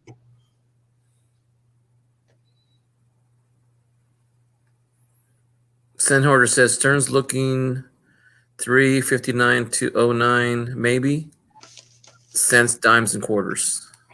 Oh, cool. That's what he's setting out. So 59 to 09. Yeah. No proof Wheaties in there, or proof Mercs. Oh god, that'd be cool.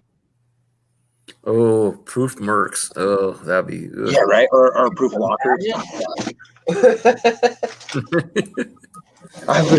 Those things you never even expect.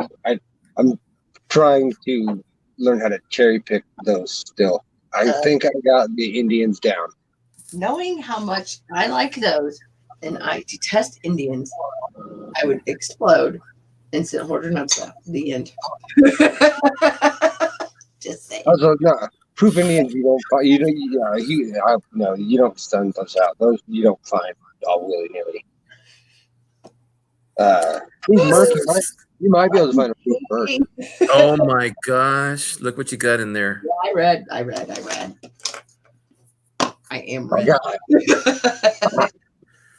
Well, let me ask you guys this: do any of you save any proofs in folders, or do you individualize them by putting them in 2x2s and so forth and so on, the Mylars? So these are proof sets that come in mint cellos. I have officially transferred them all out of the mint cellos because I do not trust the way that they fog and just horribly on your coins. So they're not really airtight then. No. So I take them out and I put them in these. This happens. I'm still doing this with my hands since you said that. Yeah, I read it and I don't even know what to say about it. I'm all super giddy. A penis can only get so erect. So you take them out of that plastic case and you put them in what? No, I take them out of these because proof sets come in. Yeah, keep going. I don't have any more, but they come in these basically. I got you, bud.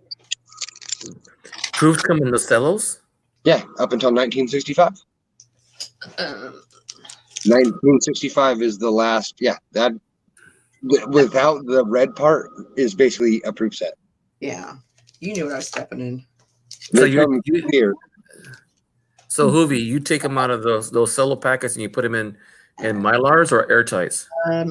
Justin Busman sent these to me when we won that Super Justin Busman pack. Uh-huh. So these are from him. Yeah, they come in a big square. Oh, I have that. Oh yeah, here's right here. Yeah. And then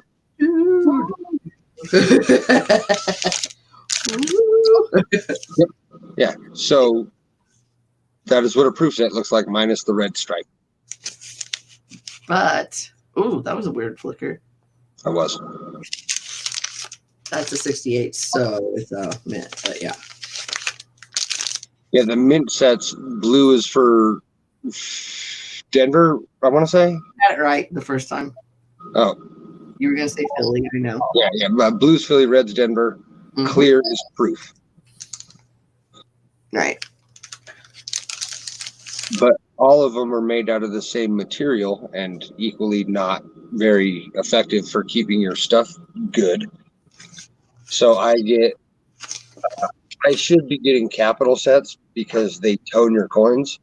And if you store them in capital sets and just kind of put them away, the potential to you coming back to rainbows worth more of a premium than you put them away in is very high. Okay, that's the 96 that Sheldon sent me. You can tell how stiff that cello is in comparison. Yeah. Right. Yeah. Oh, yeah, they changed the plastic. They used to be super soft. Right. super soft, and then they made them into a better plastic. Yeah, I don't know what that. It almost feels like it kind of has like a jelly. It's like it's stiffer, but it's not. I don't know how to explain it. Okay, so when you're taking them out of those cellos, Melissa, do you feel it's more appropriate to have them placed in 2x2s or Miller flips or airtights? If it's that important, So value is going to take a chance of, let's say, airtights. That's the best protection. yeah. If you really are like, I don't want anything to happen to it. The best protection is one of these. Yeah, I mean, this is a not a great one. It's laying out, but if it's not, So, yeah, I love those. so this is 2 plexiglass pieces, a I centerpiece, got one from Popzilla, and I love it. and it screws together with plastic screws. I think, yeah, that's my Popzilla one. Yes. And they promote natural toning, which gives your coins more of a premium after so amount of years in a capital set. And this one is just barely starting to do it. Yep, they get that halo. That blue, green. See, I didn't know anything about those. Yeah, they're Yeah. expensive. Because these are like what, $5 to $8 a piece. It just depends on where you find them. 7. They're as much as 7 to 9 a piece, depending on if you go. I said 5 to 8. I paid 7 for mine. So, yeah, they're expensive, but you can get them in plaque sizes. So they have some that are the size of my TV here that are all the Jeffersons or all of the Roosevelts or all of the Morgans, Here. and make big old capital plaques that you can mount on your wall. Oh, yeah, Money Maniacs has that one for pennies, and it's insane. It's like huge. Yeah, and you can get them as single squares as well. Nuh-uh. Yeah, they make single penny ones, single dollar ones, single quarter ones, and they're black just like these, and with little 4 screw holes. Like that one I got from Robert a long time ago. And he was like, don't, basically he said, don't F around with that case. That's still pretty good. Yes, sir. I heard you loud and clear. So I did And not. this is an SMS set with the blue piece of paper taken out. This is just a blue piece of paper Mm-hmm. in between 2 absolutely 100% clear pieces of plastic. The Whitmans are a bit different, but they're foggy, which helps your eye draw towards the coin a little bit better. And these are about $1.50 a piece, unless you buy like a box of them, and you can probably get them down to under $1. Or you tell your LCS, tough crap, I'm taking these. Yeah. Oh, speaking of LCS, have you spoken to your friend that might be getting out? No, he wasn't my friend, actually. I'd only met the guy the one time, and it took me a week to get him in the shop because of how little time he spends there. Mm-hmm. That's his thing. And then COVID happened. So he was spending about 2 hours a week in the store there before. I'm imagining that went down to 0 pretty easily. Mm. Now you know why I was a crying ball and squad mess last year. Like, too much. But I think I don't think he's going to get rid of the shop easily, because I think he owns the business. I think our bad at Gold and Silver, the brick and mortar shop and name behind it, is all his. Wow. So I think it's more of him just walking away. So I think if I waved a little bit of money and showed my seriousness, that he would rent me the spot and let me continue it on. But keep it in. Yeah, he rent me the spot at first. I'll put up all my own inventory because he didn't have any anyway, basically. There, Scent Hoarder, what do you recommend for my 2019 reverse proof penny? So do you like Because I You like- take it out of the plastic. and and you I like hit the guard house though? What? He likes the guardhouse. So safe house and guardhouse are way different materials. And Jasco. What Houses? Dansko's? Yeah, Dansko's. Is pretty good. So let's see if I have an example here. All right, dude, cool. So this, I only have half an example. So with the extra stitching on the end, and they're even kind of a different plastic, that's guardhouse. And then the ones that they scratch easier, Yeah. they're a bit thinner. These are safe house. These are the archival quality ones that PCGS obligates you to send your coins in. Okay, so it's the one like that that's more pliable. Oh, so it's like the one that has thick seams. Okay, that you can't see the seams on. Okay, so that's the ones that you have to send stuff in for grade. Okay, Is the first one. there's no seams. Yes, Okay, I like those better anyway. I do too. They're better, I think. Yeah, Which is why I'm surprised that Set Hoarder said guardhouse. yeah. It's guardhouse the ones. That my LCS had, because that's why I just have them, because they've been bent so much and they're scratched to all get out. But those are the ones like after a while, those are the ones that'll crack. Oh yeah, these ones will snap right in half if you bend them more than 3 times. Yep. Don't love them. Is And And they that, they scratch. look like they have the seams. is that $15 for 50 of them? Yes, sir. Mhm.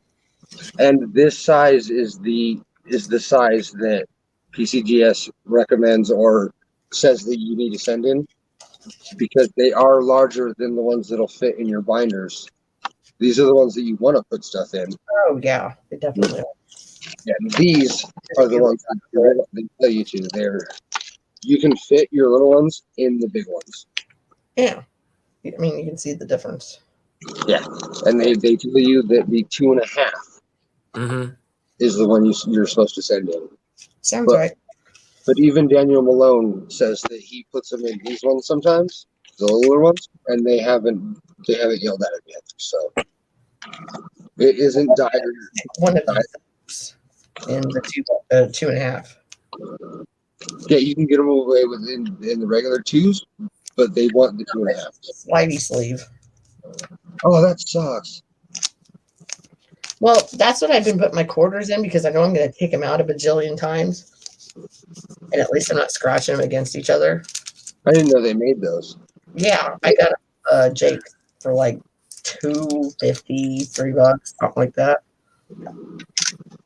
But I find it weird that you're allowed to write on the outside of these in permanent marker for your to match your invoice that you send for grading. So yeah, you have to number your coins, coin 1, coin 2, coin 3 on your paperwork. Well, And yeah. then you write that in marker on the outside of the flip that you're sending it in. Okay. And if you have a variety, you put all of that info in there. But Yeah. instead of putting it on a piece of paper and putting it inside the other side, CoinGeek writes it in marker on the outside. And I'm pretty sure I watched Daniel do the same thing. And then you put a rubber band, mandatory rubber band, and that's how you keep your stuff sealed. Good luck. So, yeah. I don't like it. Just saying. So when you send in a package, you want it to be something resembling this. Yeah. Well, I just got it down. But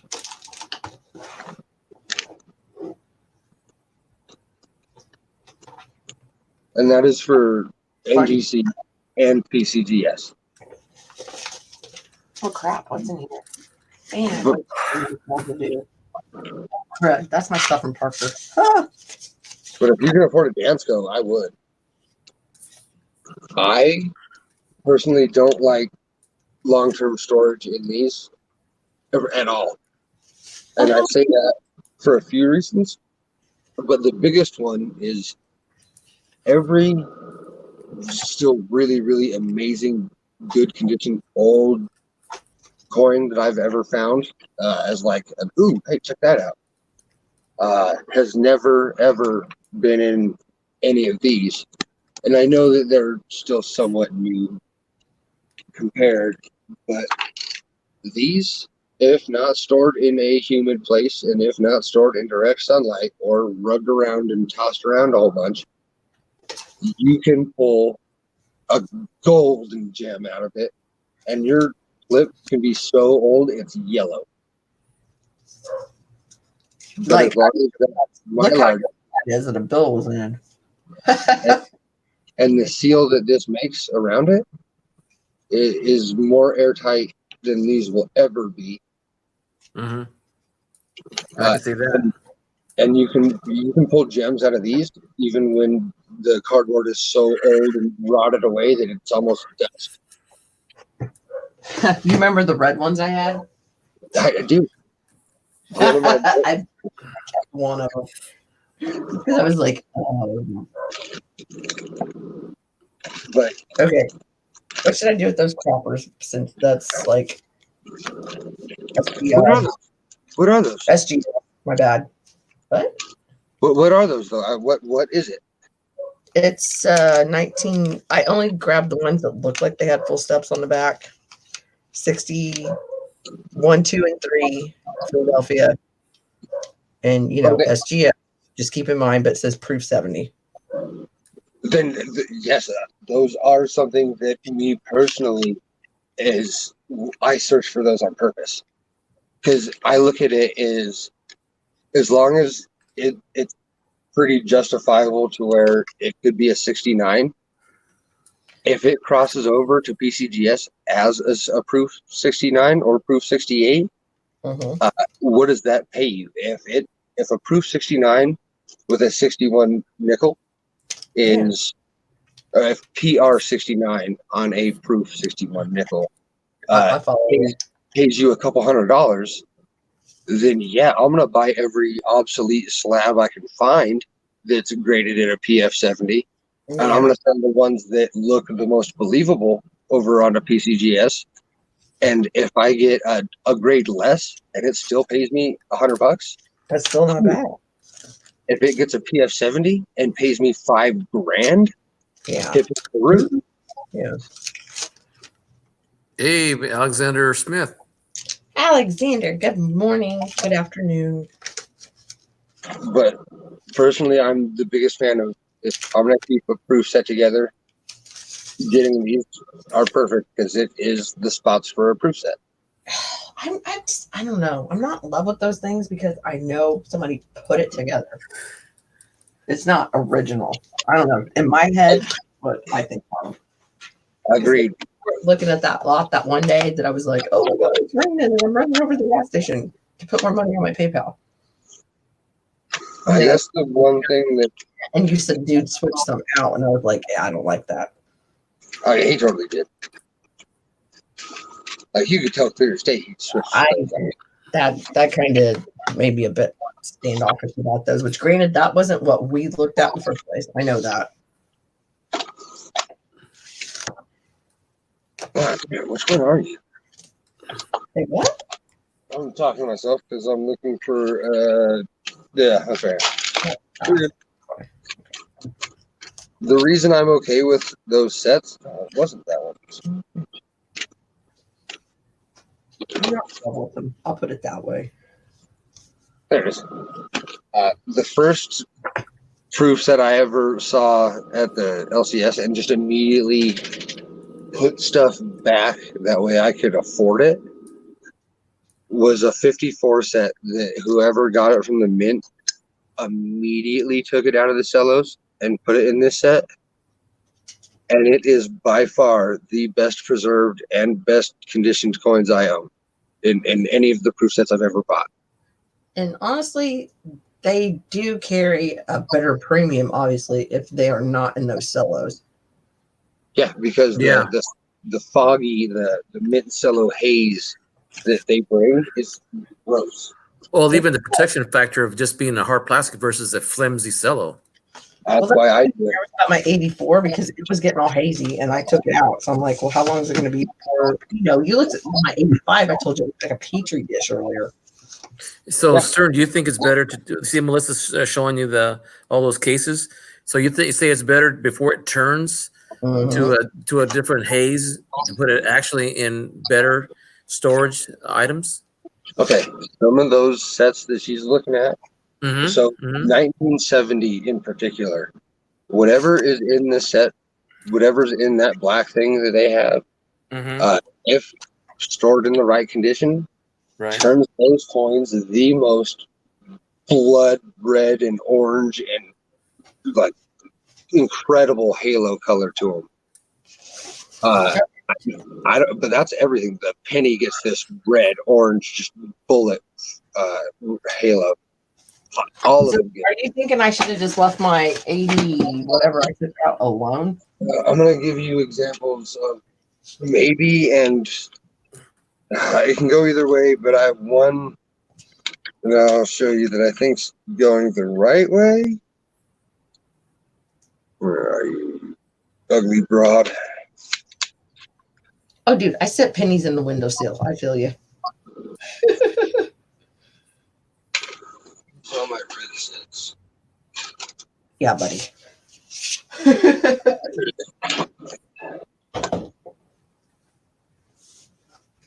No.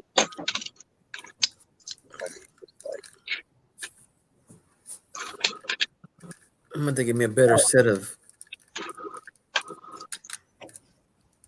Oh, Hector, you should see the ones I got. Scott bought me. They're pretty ass. I was thinking about the ones that just fit in the side of the head.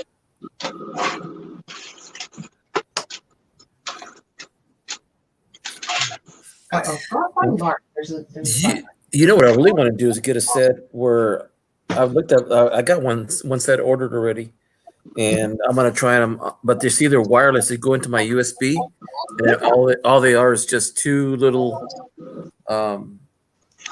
Oh, exactly. Those are the type. Exactly. Yeah. Nice, and they're chargeable, huh? Yeah, because see that green light means it's charging. So apparently it wasn't charging when I took it out. Is the case pluggable, or is it like a little charge that goes inside it? Yeah, there's okay. It has that. Yep. I got that. Yeah, that's the one I think I got. And it should have been okay. It was on the other side. Mm-hmm. Yeah, it's the. Yeah, because wearing these things are good for listening to music, but not. They get heavy after a while. Yeah, and I had a pair of Beats wireless. They were on the wire together, and it's one that hooks over the back of your ear. Mm-hmm. They're not going to fall out or anything, and it's nice when you kind of want to get it out of your ear. You just kind of hook it, kind of upwards on your ear and get it out of your canal. I really, out of anything, I like those the best. Because if you just want one in and you want to keep track of both, because honestly, one of those has out of the little package had gotten lost, and the left one is not pairing with the right one, so I can't use both at the same time right now, which I don't really mind. So this started with just like a fog on the back, but after a time, that fog has turned into this like blue inside of the haze. Yeah, but that's silver because mine are clad, so that's why I was kind of. This is clad. This is an 80. This is a 1980 set. This is absolutely clad. And it's red. Okay, the color is it changing because of the air, or is it because of the light, or both? It could be the plastic in between the housing. It could be the glue used to hold it together. It could have been the air used when they put them in the package that day. I see. Because this is the only one where. But I'm getting a blue haze here as well. I can see it. Is that a Susan? Yeah, that's a Susan. Yeah. There it is. I get a blue haze on all of it, just a little on this set, except for my quarter, really. But then I have this one, which was a 1970 proof, Mhm. and that's what its toning did to it. I mean, it's not pleasant. Man, now you got me wondering what year I took this out of. But on the inside, it's starting to get that cool blue. Found it.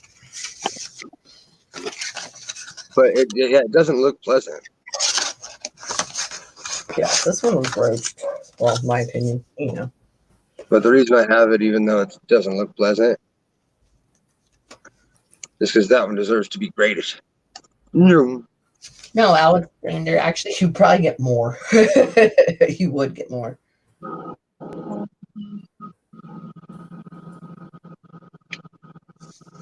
So FS 101. Are you 70 in me again? Yeah, it's the reason why it's so hazy and I still have it without dipping it myself. It's because it's a $200 coin and I don't want to ruin it. Ooh.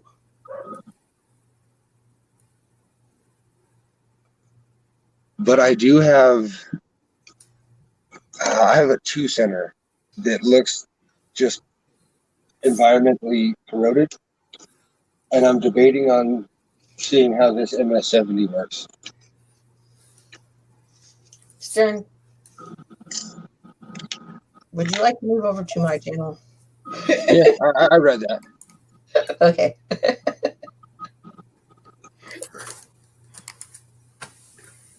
Yeah, I have to get up in about an hour and a half, and so I'll take the wife to the grocery store for our weekly, bi-weekly, or bi-monthly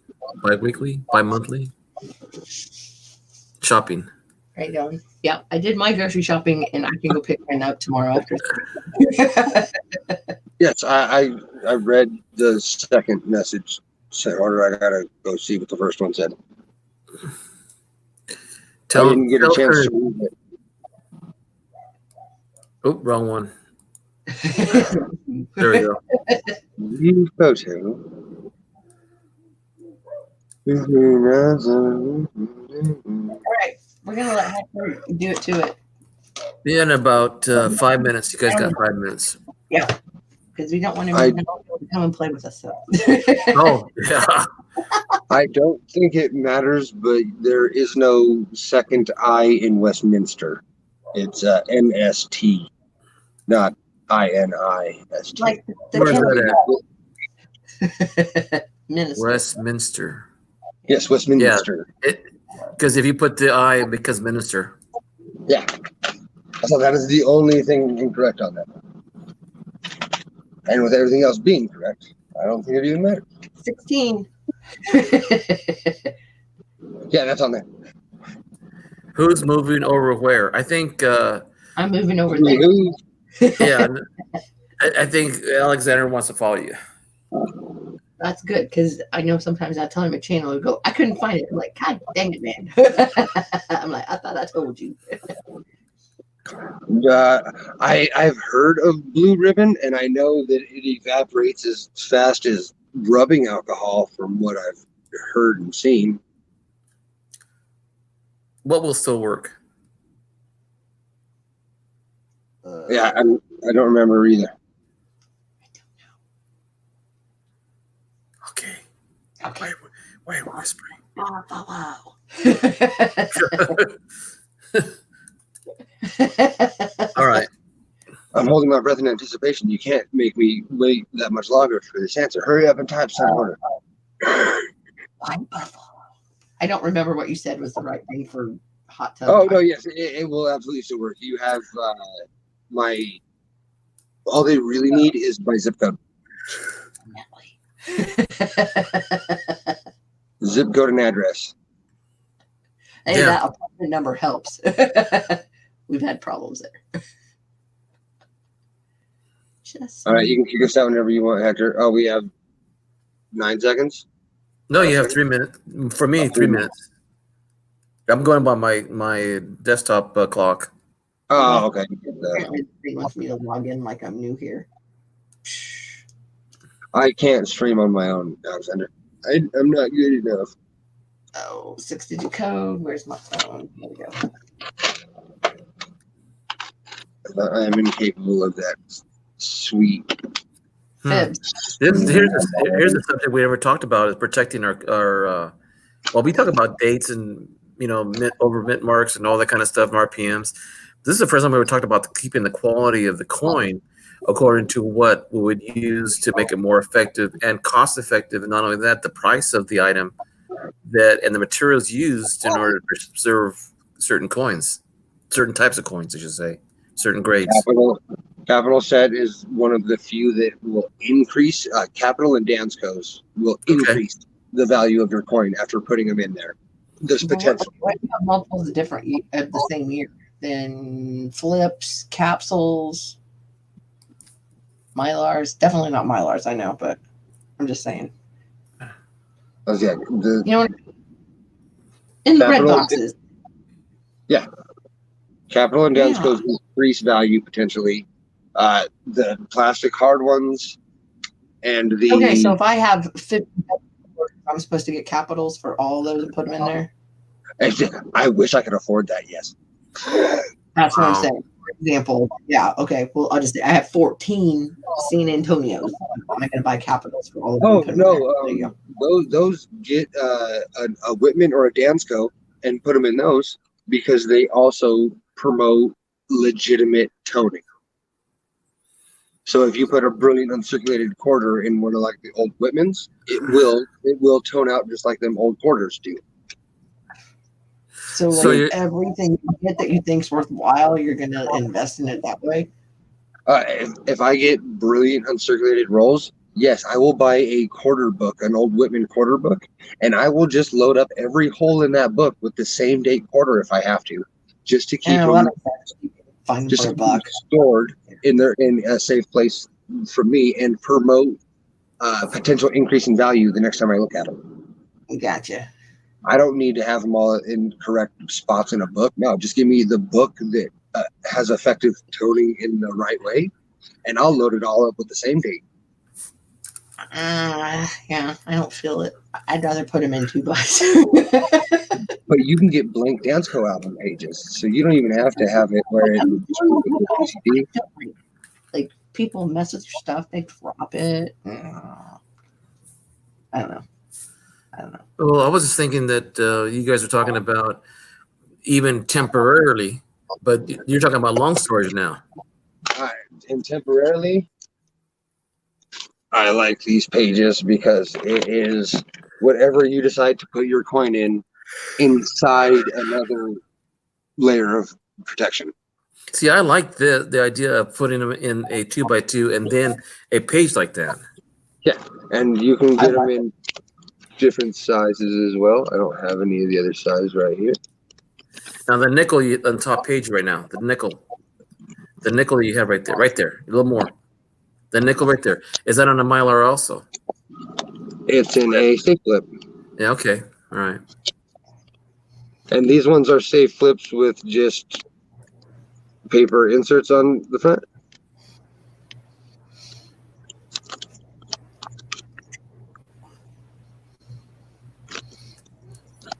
Nice. And then a little description of what the mint mark, where I need to look at it. Yeah. See, that's what I did with the 1955Ss.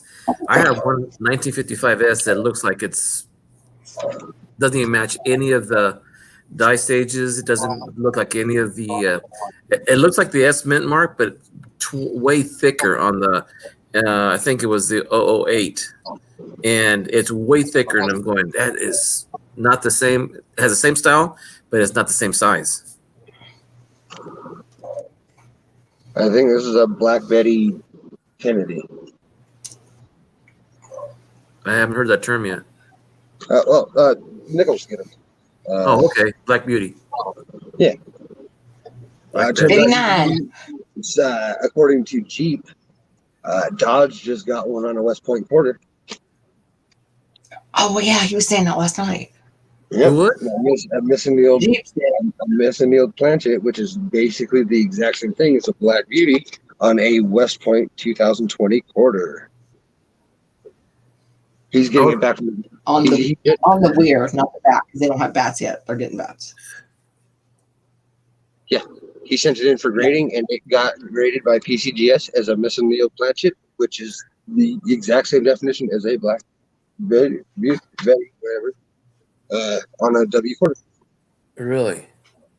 Yeah, he's found 4 mint errors on the W quarter so far, according to John, and has attributed all of them correctly with PCGS. That is some bank right there, if you ask me.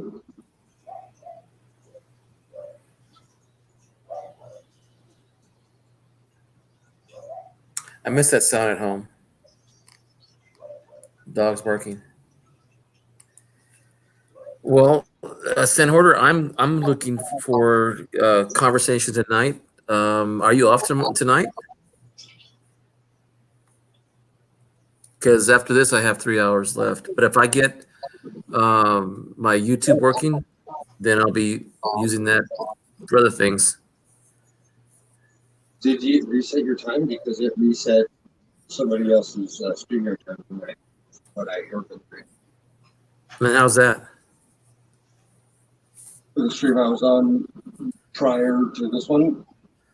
Yeah, mine was the 29th. Mine ends the 20th. Month to month is the 29th. Oh, yes, I didn't know. I just heard that his, but I don't know that reason. I don't have. Oh, you mean Ozart, his rolled over, and I didn't know if it was individual basis or not. Huh. Okay, Sen Horder. Send me an email when you're ready to come on. Okay, guys. Time for Mimi's. Okay. Thank you guys for the conversation. It was good. It started well with Andrew. I hope we convinced him a little bit, but ended up good with the coins. Thanks a lot, guys. I'll see you on a Hoobie Hoos. All right, thanks for having us. Yeah, no Yes, sir. problem. Thank I'll see you guys during the day. I might, if you guys are on, I'll come in. But I gotta, like in the morning, I've got to do some stuff, and I should be. And I gotta email Andrew at noon, so get that going tonight. Okay. I'll see you. Okey-dokey. Thank you much, guys. Thank you, everybody in the chat. All Thank right. you very much. Have a good one. And make sure you guys stay safe. All right. I can't afford to lose any friends. I need as many as I can get. Well, you're stuck with me, so. That's fine. I'm stuck with you guys all. You too, Stern. I guess he left already. I guess. Mm. Anyway, good night, everyone. Thank you very much for your time. See ya. Bye. Bye.